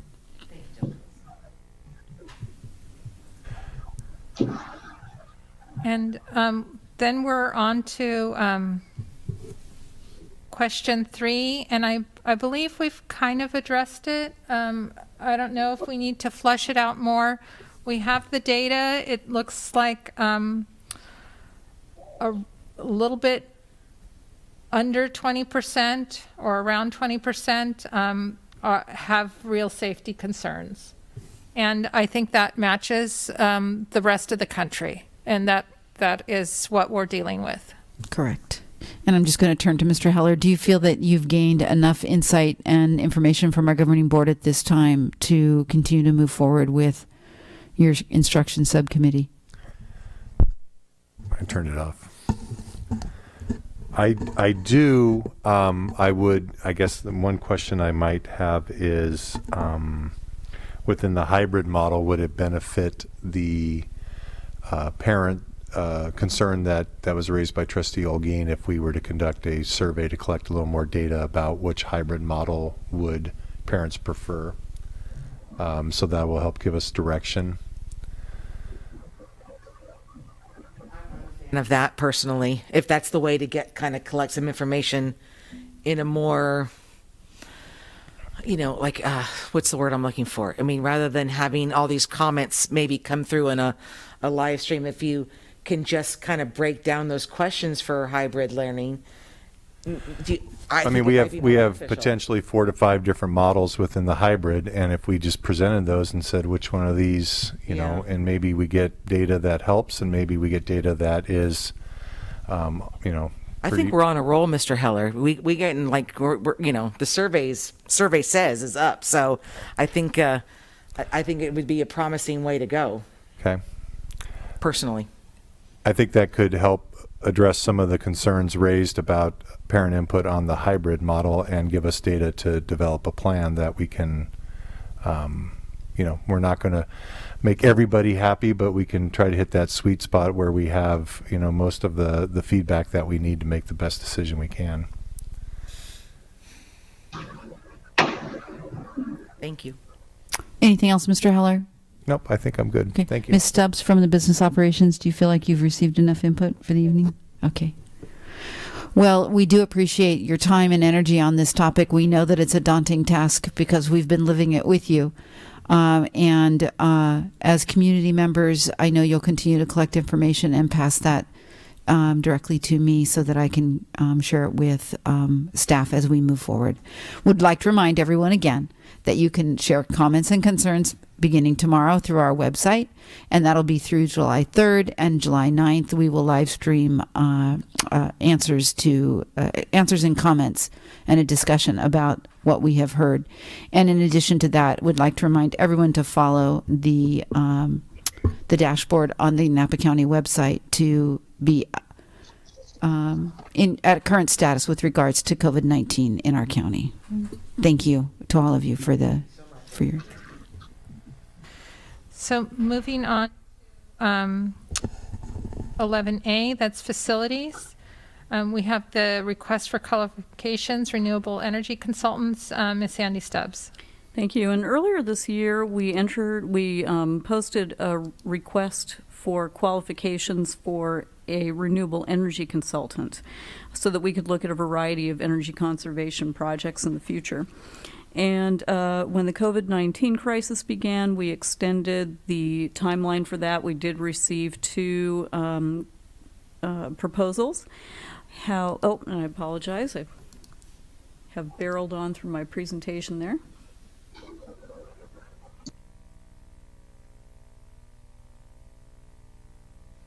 The slide here lists some of the projects that we were considering. This was part of our green initiative. And we did extend the original deadline to May 15th. We received 2 responses. One was from SiteLogic and the other from Schneider Electric. And so the RFQ actually states that the district reserves a right to cancel the request for qualifications. And Trustee Haug had suggested that we consider canceling that RFQ and potentially reissuing it at a later date, primarily given the financial outlook and the uncertainty due to the COVID-19 crisis. And so I think that that is a very sound suggestion, given all the circumstances as well as staff capacity right now to try and move forward with this work. And so we'll be doing a comprehensive budget review over the next year, and at such time that we're able to bring this back and potentially reissue it, we'll gauge the board's interest at that time. And so I would recommend that the board support canceling that RFQ. Was there any public comment on this item, Ms. Badrill? There was no public comment. Trustees, I know that I would just like to mention one other thing. I did discuss this with Andy beforehand, and she said also that when these bids came back, they were extremely extensive and complex, and it's a very complex and time-consuming project to go through all of the issues that we wanted to address. And it's not only a budgetary question, it's a question of staff time.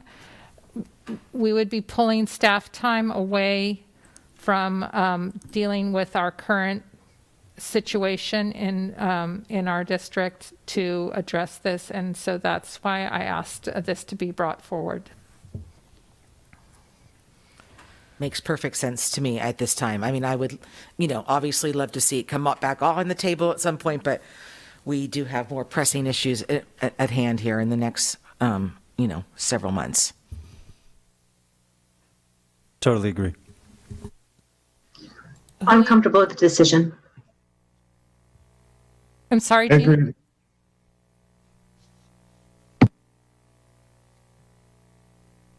I'm sorry, Jeannie, could you repeat? I'm comfortable with the decision. It's fine. Yes. And who? I said I agree as well. Okay, thank you. I want to reiterate that we still have the Green Initiative and it is still in force. This is just that we will not be, at this time, we'll be putting a hold on the search for assessments of renewable energy and other energy saving consultants. So is there any other comments? Is there a motion to approve the cancellation of the RFQ for a renewable energy consultant as presented? I'll make that motion.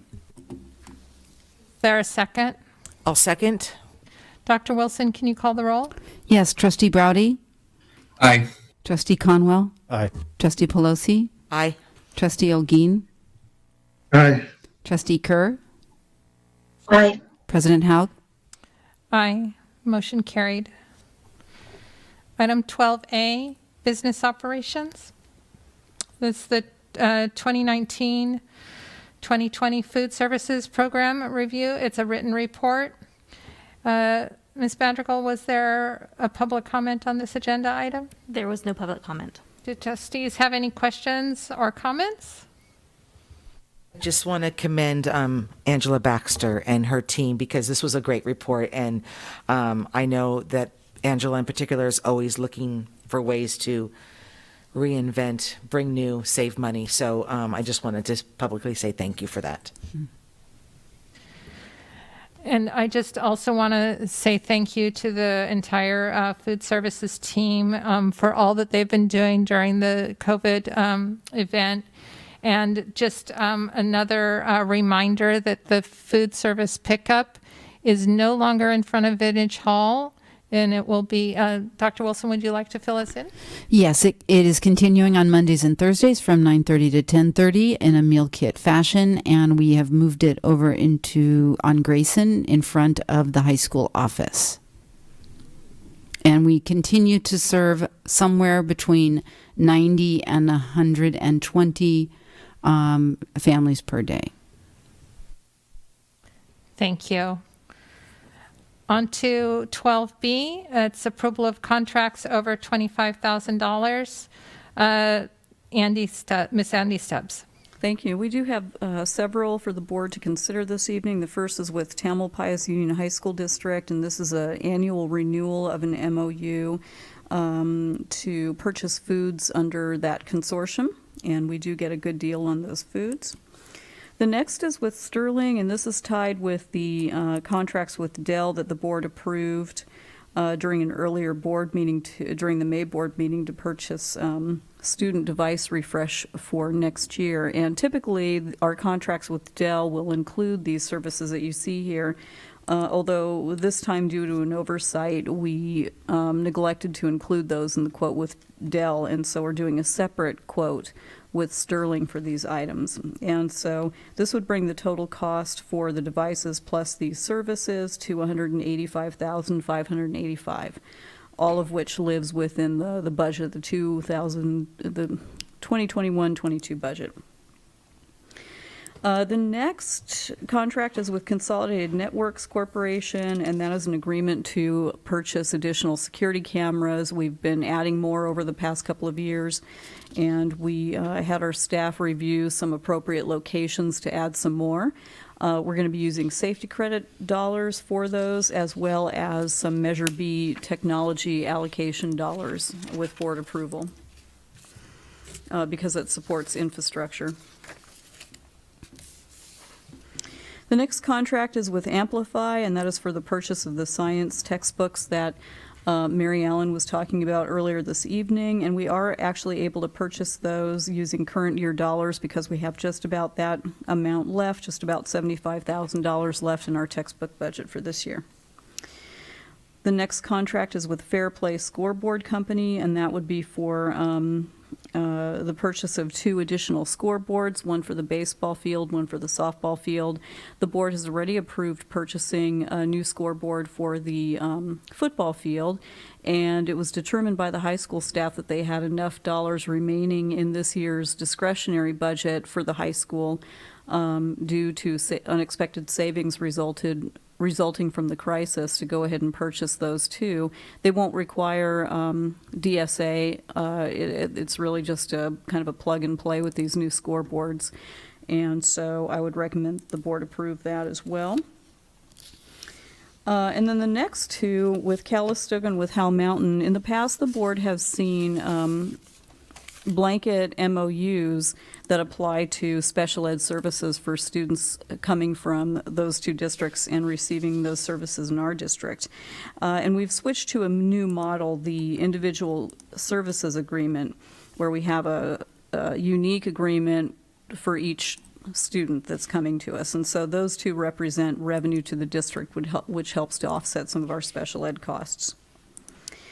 The next contract with Napa Valley Unified is actually for current year.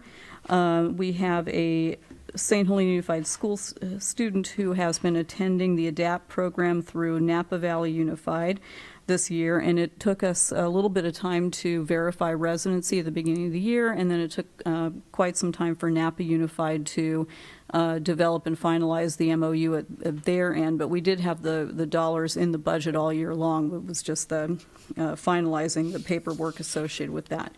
And we are working with Napa Unified to get a timely MOU for the 21-22 school year for the student. We believe we'll have that for the August 13th board meeting, I think. Yeah, 21-20, yes, the next school year. And so with that, I would recommend that the board approve the contracts over $25,000. Ms. Madrigal, was there any public comment on this agenda item? There was no public comment. Trustees, are there any questions on the agenda item? No. Is there a motion to approve the contracts over $25,000 as presented? I'll make a motion to approve. Is there a second? I'll second. Dr. Wilson, can you call the roll? Yes. Trustee Browdy? Aye. It's not personnel. Trustee Conwell? Aye. Trustee Pelosi? Aye. Trustee Olguin? Aye. Trustee Kerr?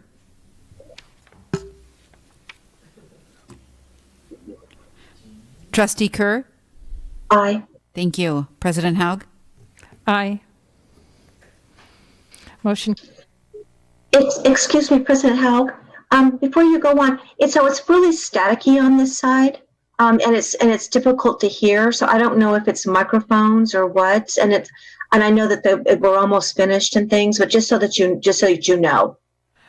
I do see that our batteries are going low on some things. I don't know if that has anything to do with anything. My battery on my, I don't know. I'm not sure. We'll definitely be patient and understand that there's some technology difficulties going on with those that are Zooming in. We are on our item number 13. That's future agenda items. Oh, I'm sorry. No. No, I'm sorry. 12C. I'm so sorry. So sorry. A little bit of static. So I think sorry. that means we have to get this done. Yeah, no, I am sorry. I It'll be just, my that fastest was wishful budget thinking. presentation ever. Can't possibly not have the budget. So I am so sorry, Andy. So sorry, I'll Andy. take that as a hint to I don't- be No, success. that is, I don't know. Okay, it's not going to be a comedy show. No, I'm not trying to skip the budget. Item 12C, review and consider approval of the 2020-2021 original budget report. Thank you. And this presentation is a fairly simple comparison between where we were with the public hearing budget in May and our final version for June adoption.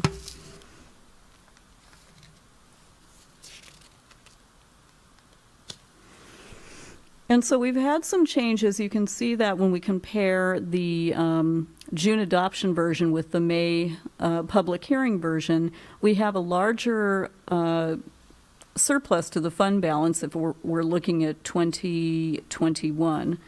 And so, for example, at the May public hearing, we were estimating a surplus of about $672,000, and you can see that that's increased now to $727,000. And you can see that the excess deficiency or budgetary surplus or deficit fields change a little bit in comparison. In the next couple of slides, we will provide you with the detail to explain those changes.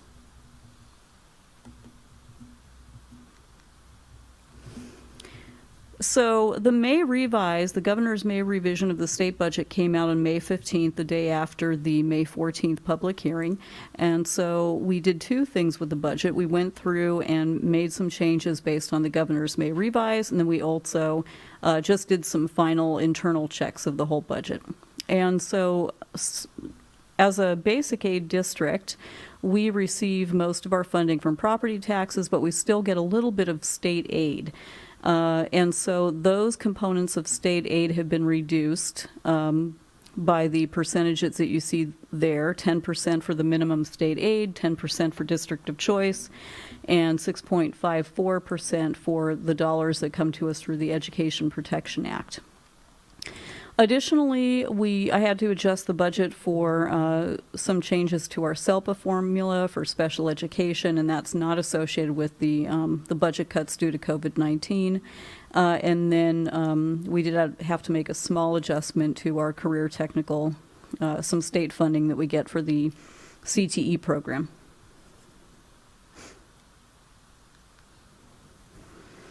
This slide outlines some of the changes looking at expenditures, and the biggest change would be reductions to the rates that we have to pay for STRS and PERS. One way that the state is providing relief to districts is that they're paying for about 2% in each of the next 2 years towards the increases that we were expected to pay. And so that means that we're going to see an overall rate reduction next year of about $462,000.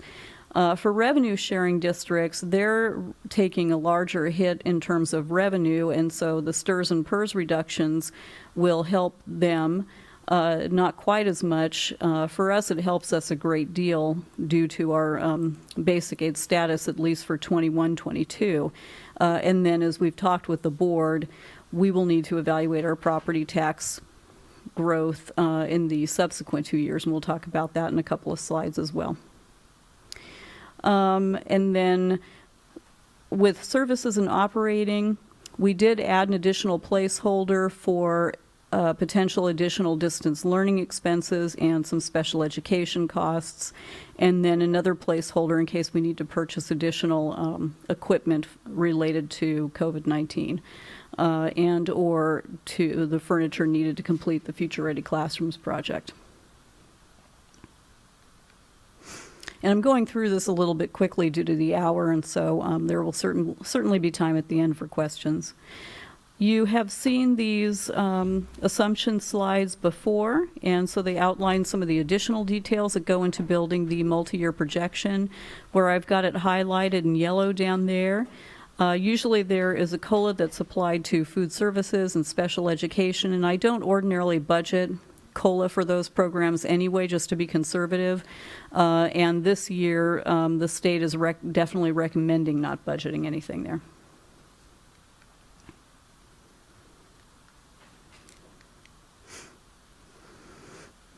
You can see some of the changes since the public hearing for expenses that we've talked about already. For example, the STRS and PERS estimated contributions have decreased by about 2% in each of those 2 years, and so you can see the new rates there. And we are allowed to budget for a lower consumer price index or inflation factor too on services and goods and materials and supplies.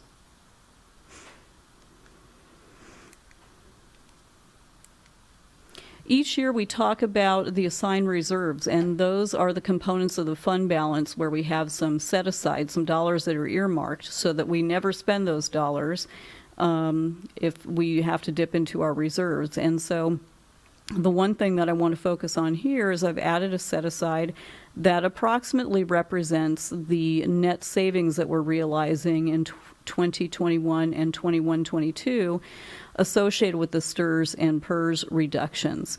Now, keeping in mind that our whole budget that you're seeing here is based on a conservative 3% property tax growth in the subsequent years, we have been told by the County Office of Education that we should do some planning scenarios for zero growth in those 2 out years.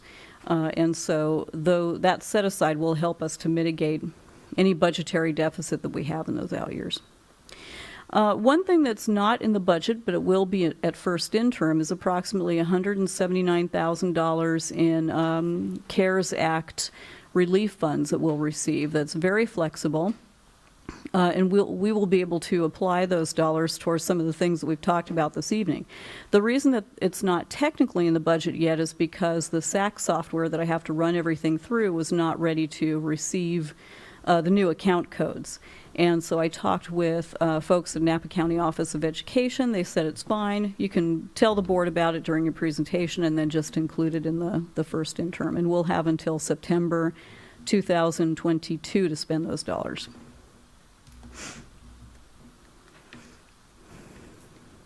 This reminds us of what I was talking about with using some planning scenarios showing 0% growth in the out years. We saw this at the May public hearing. And then the plan is to work very closely with our Business Operations Committee next year to review the impact of the COVID-19 crisis on the district's financial outlook and develop a mitigation plan in collaboration with the board and with the bargaining units should we have to make some adjustments to our budget. And before I go to questions, I just wanted to circle back to the snapshot of the multi-year projection. So if we look at the final adoption, if we look at the pink line, you can see that we are showing a surplus in each year, albeit the surplus does diminish because we've got our negotiated increases in there and the very conservative 3% property tax growth. If we don't hit the 3% property tax growth, then we will see deficits in those 2 out years. But I feel confident that we can put together a good mitigation plan that will carry us through.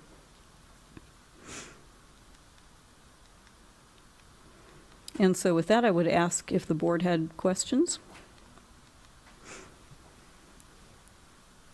Was there any public comment on this agenda item, Erica? There was no public comment. Thank you. Board members, any questions or comments? Then thank you.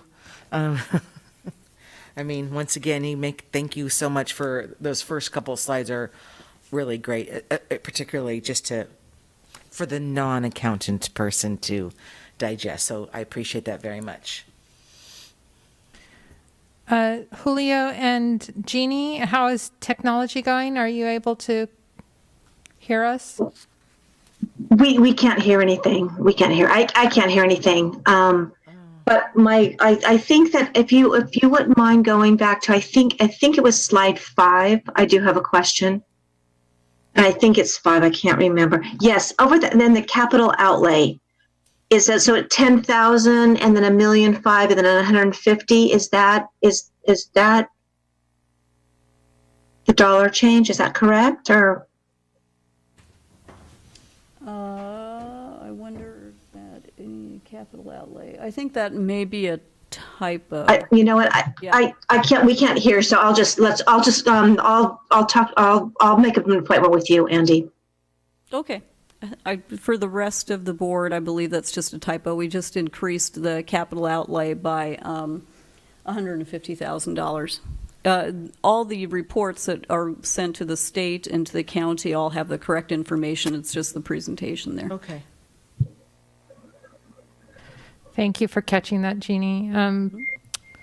President Haug, my audio is fine, so I've been hearing. I think it might just be Jeannie's, but I can. Yeah. My audio is fine working. Okay, thank you, Julio. Any other further comment or questions? No, thank you. And then, do I have a motion to approve the 2020-2021 budget as presented? I'll make that motion. Is there a second? I'll second. Dr. Wilson, can you please do a roll call? Yes. Trustee Browdy? Aye. Trustee Conwell? Aye. Trustee Pelosi? Aye. Trustee Olguin? Aye. Trustee Kerr? Aye. Trustee President Haug? Aye. Motion carried. And then we have item 12D, the approval to award a contract for the St. Helena Elementary School flooring project. Ms. Sandy Stubbs. Thank you. At the last board meeting, the board approved a project budget of $70,000 for this work, which we anticipate will be completed this summer. We did some informal bidding, and we received a proposal. We received several proposals, and the lowest bid was from J.B. Jordan and Associates for $46,382. The construction budget alone for this project was $60,000, and so that came in under budget. And I would recommend that the board approve awarding this contract. Ms. Madrigal, was there any public comment on this? There was no public comment. And trustees, any comments or questions? Way to save money. Is there a motion to grant approval to award a contract for the St. Helena Elementary School flooring project as presented? Make that motion. Is there a second? I'll second. Dr. Wilson, will you please call the roll? Yes. Trustee Browdy? Aye. Trustee Conwell? Aye. Trustee Pelosi? Aye. Trustee Olguin? Aye. Trustee Kerr? Aye. President Haug? Aye. Motion carried. Now we're on to, I didn't jump the gun this time. Now we're on to future agenda items. So we are having a special board meeting on July 24th at 1:30 p.m. Yes, we are. And I would like to also share with the board that Joe Browdy has agreed to continue as our student board representative in his senior year. And if you are available, Joe, we would like you to join us for that special meeting. Of course. And Trustee Olguin, I think you had an additional agenda item that you wanted to present. Yes. First off, I know that it's the end of the meeting and everyone's tired, but I feel like this is something that I feel like I had to prepare a statement for, and just in regards to everything that's happening, and the effects that it's had on my family and my boys. So you'll understand once I start reading it. So I just like to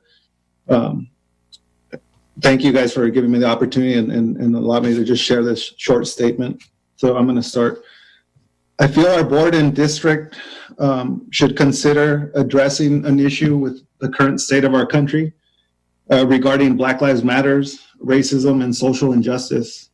I know most people in St. Helena will say that these problems do not exist in our community, but the truth is some of us have experienced, know someone, or witnessed some form of discrimination, stereotyping, bias, or racism at some point in our lives and have stayed quiet. We cannot continue to be silent and must begin this conversation in our own homes and communities in order to make this positive change. Our children and youth are looking to us, educators, leaders, community members, to begin this conversation. Many of our own former and current students are already making their voices heard by organizing and participating in peaceful protests in St. Helena. And I hope that we as a district can be part of this movement and find ways to support and educate our families, students, and community to be more empathetic and tolerant. And that's the end of my statement. But it's something that I feel is important to me that, I've had my kids ask me, questions about stuff that's happening. And I know it's a difficult situation and it's uncomfortable sometimes to talk about it, but I just feel that as a board, it's something that I'd like to see put on an agenda in the future. So thank you for giving me the opportunity. So normally when we do not have an agenda item proposal that is not on our board governance calendar, we need approval by at least 2 board members to agree to put the agenda on the on the appropriate next board meeting. So we're looking to put an agenda item of racism, social justice, and the Black Lives Matter movement on the agenda, and how the district will address it. Is that correct, Julio? Yes. Okay.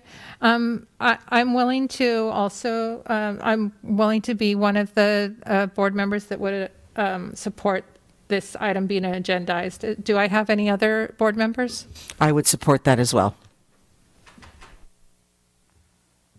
I was a little concerned or confused about when you'd like to have this done. Are you going to meet and look at a calendar and figure out a time? I know that it's a time of the essence, but we also have other things too that we're directing staff. So I'm just curious about a timing issue from the president on what you're thinking. President Haug, I'd like to suggest that the Equity, Culture, and Climate Committee take on this initiative, and that committee will be meeting throughout the year. There are 2 board members that are part of that committee, as well as myself and Mr. Heller and Ms. Allen, who participate, and that will allow for regular updates, as we have provided in the past with other initiatives. And as we move forward, staff will be able to determine when a separate and particular agenda item would need to occur. Okay, that's the guidance we were looking for. So we have. With that in mind, I'm very comfortable in supporting. And Jeannie, were you able to hear our comments? I heard a bit about it, and I heard a couple. I heard some support for putting it on a future agenda item. And then I heard Mary Lou talk about the equity committee, which I agree with I agree with that as well. But the first meeting is not until October, the end of October, for the equity. And it just seems like it's a little bit, it would be a delayed, it just seems like it would be really reactionary on the side of our district if we waited that long to even begin talking about it. So that's where I'm at. I'm going to agree with Trustee Kerr. I think the scale of this movement and how many people it affects regardless of the color of your skin, I think it demands our attention. Of course, that being said, we are in the middle of a global pandemic, but looking at it from a student perspective and from a community perspective, these conversations are already starting to ripple through our individual households and out into our community. And so I think the district has a duty to its students and to this community to be proactive instead of reactionary, because this is something that really truly matters to a large group of our students. And in whatever way this manifests, I think it is an issue that we should be proactive on. Thank you to all of you for your comments, and Jeannie for taking a look at the calendar. I would suggest that the LCAP Steering Committee and the Equity, Culture, and Climate Committee were looking at equity last year, and they have developed a matrix that indicates the kinds of things that have been occurring at each of our schools over the course of the last couple of years, and I don't believe any of that information has been shared with the governing board as a whole up to date. So, if it pleasures the board, staff can prepare a report prior to the October Equity, Culture, and Climate Committee to summarize the work that has been accomplished and begin to develop some next steps around engaging the community and our students and our teachers in greater awareness of racism, bias, and ensuring that all students are treated equally and with nurturing, caring, and loving environments. Mary Lou, may I just tap on? I know it's not that necessarily my place, but I feel like I need to say this. There were two huge Supreme Court wins this week, and we need to honor LGBTQ students and we need to honor our DACA students because they were huge wins. So when we talk about equity, that's something that needs to be brought up as well. I'm wondering, because what I'm sensing from Joe and what I think everybody feels, we have a pandemic going on, we have how we're going to do, and I don't want to burden the staff. I'm wondering if we need a statement, what you just said, Superintendent Wilson, about what we've done, a quick, and then be able to present that out in a message that this is our plan. This is that we're kind of to what we've already done and how we're going to address it in the future, to try to show that we are proactively thinking about this, but at the same time we also have to bear in mind that we're asking our district to make 3 different educational programs in 5 weeks. Right. Yeah, and I think maybe perhaps that would be a great idea. Joe, you can maybe correct me if I'm wrong, but I do believe there is a letter circulating in the community gathering signatures that will be sent. My guess was it was going to be sent to the high school, but then eventually it would come to the district staff. Am I correct on that? I am under the same impression. Okay. I don't know the specifics of who the letter would be sent to. Mm-hmm. But I know that a letter is circulating in the community and it would eventually reach this body. Yes. Okay. So yes, I am aware. I have seen it is being called a petition, I believe.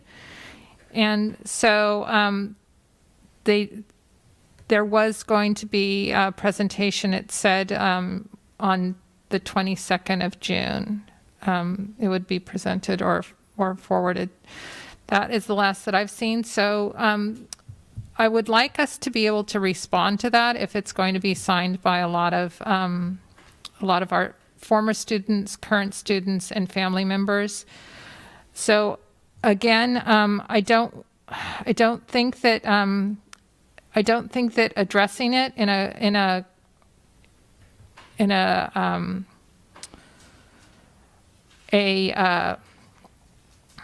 agenda item that just lays out what we would like to see happen along with the report would be. And you're looking at that then in what month? In August, or the report from the LCAP? Potentially, that could be as early as August, yes. Okay. And then we could give direction at that time to the Equity, Climate, and Culture Committee. Is that correct? Mm-hmm. Yes. Okay. And so I've heard two suggestions. One was a statement and a message that would go out to the community around what has occurred and what is going to happen. And then I've heard an agendized item in August. And so I just need clarity as to where the majority of the board would like me to move forward as far as direction.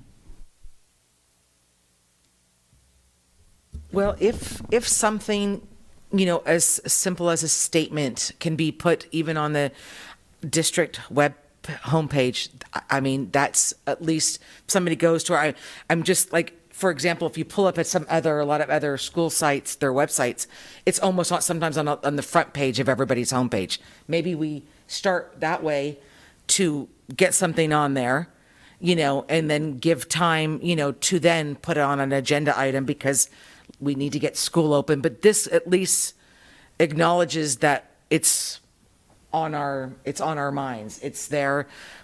We're aware of it. I don't know. I'm sorry. It's a little choppy. My brain's not working so great, but that's kind of what I'm thinking. Let's put something out there statement wise, then take it to the next step but that's just my 2 cents. And I agree with that. Julio, I'm curious if you think that would work for you at this point with. Yeah, I think that would work.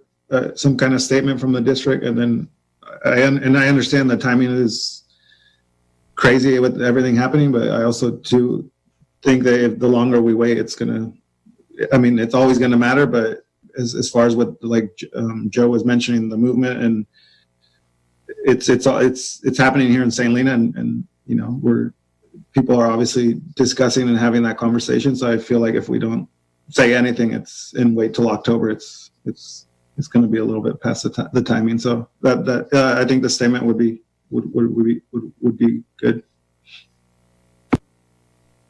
Okay, I think that we have pretty much agreement that we can do a statement that will be on the website, and then we'll look forward to having this subject agendized when the overview can be written, and we'll go from there.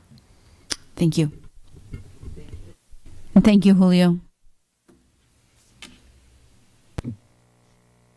Is there a motion to adjourn tonight's meeting? I'll make a motion.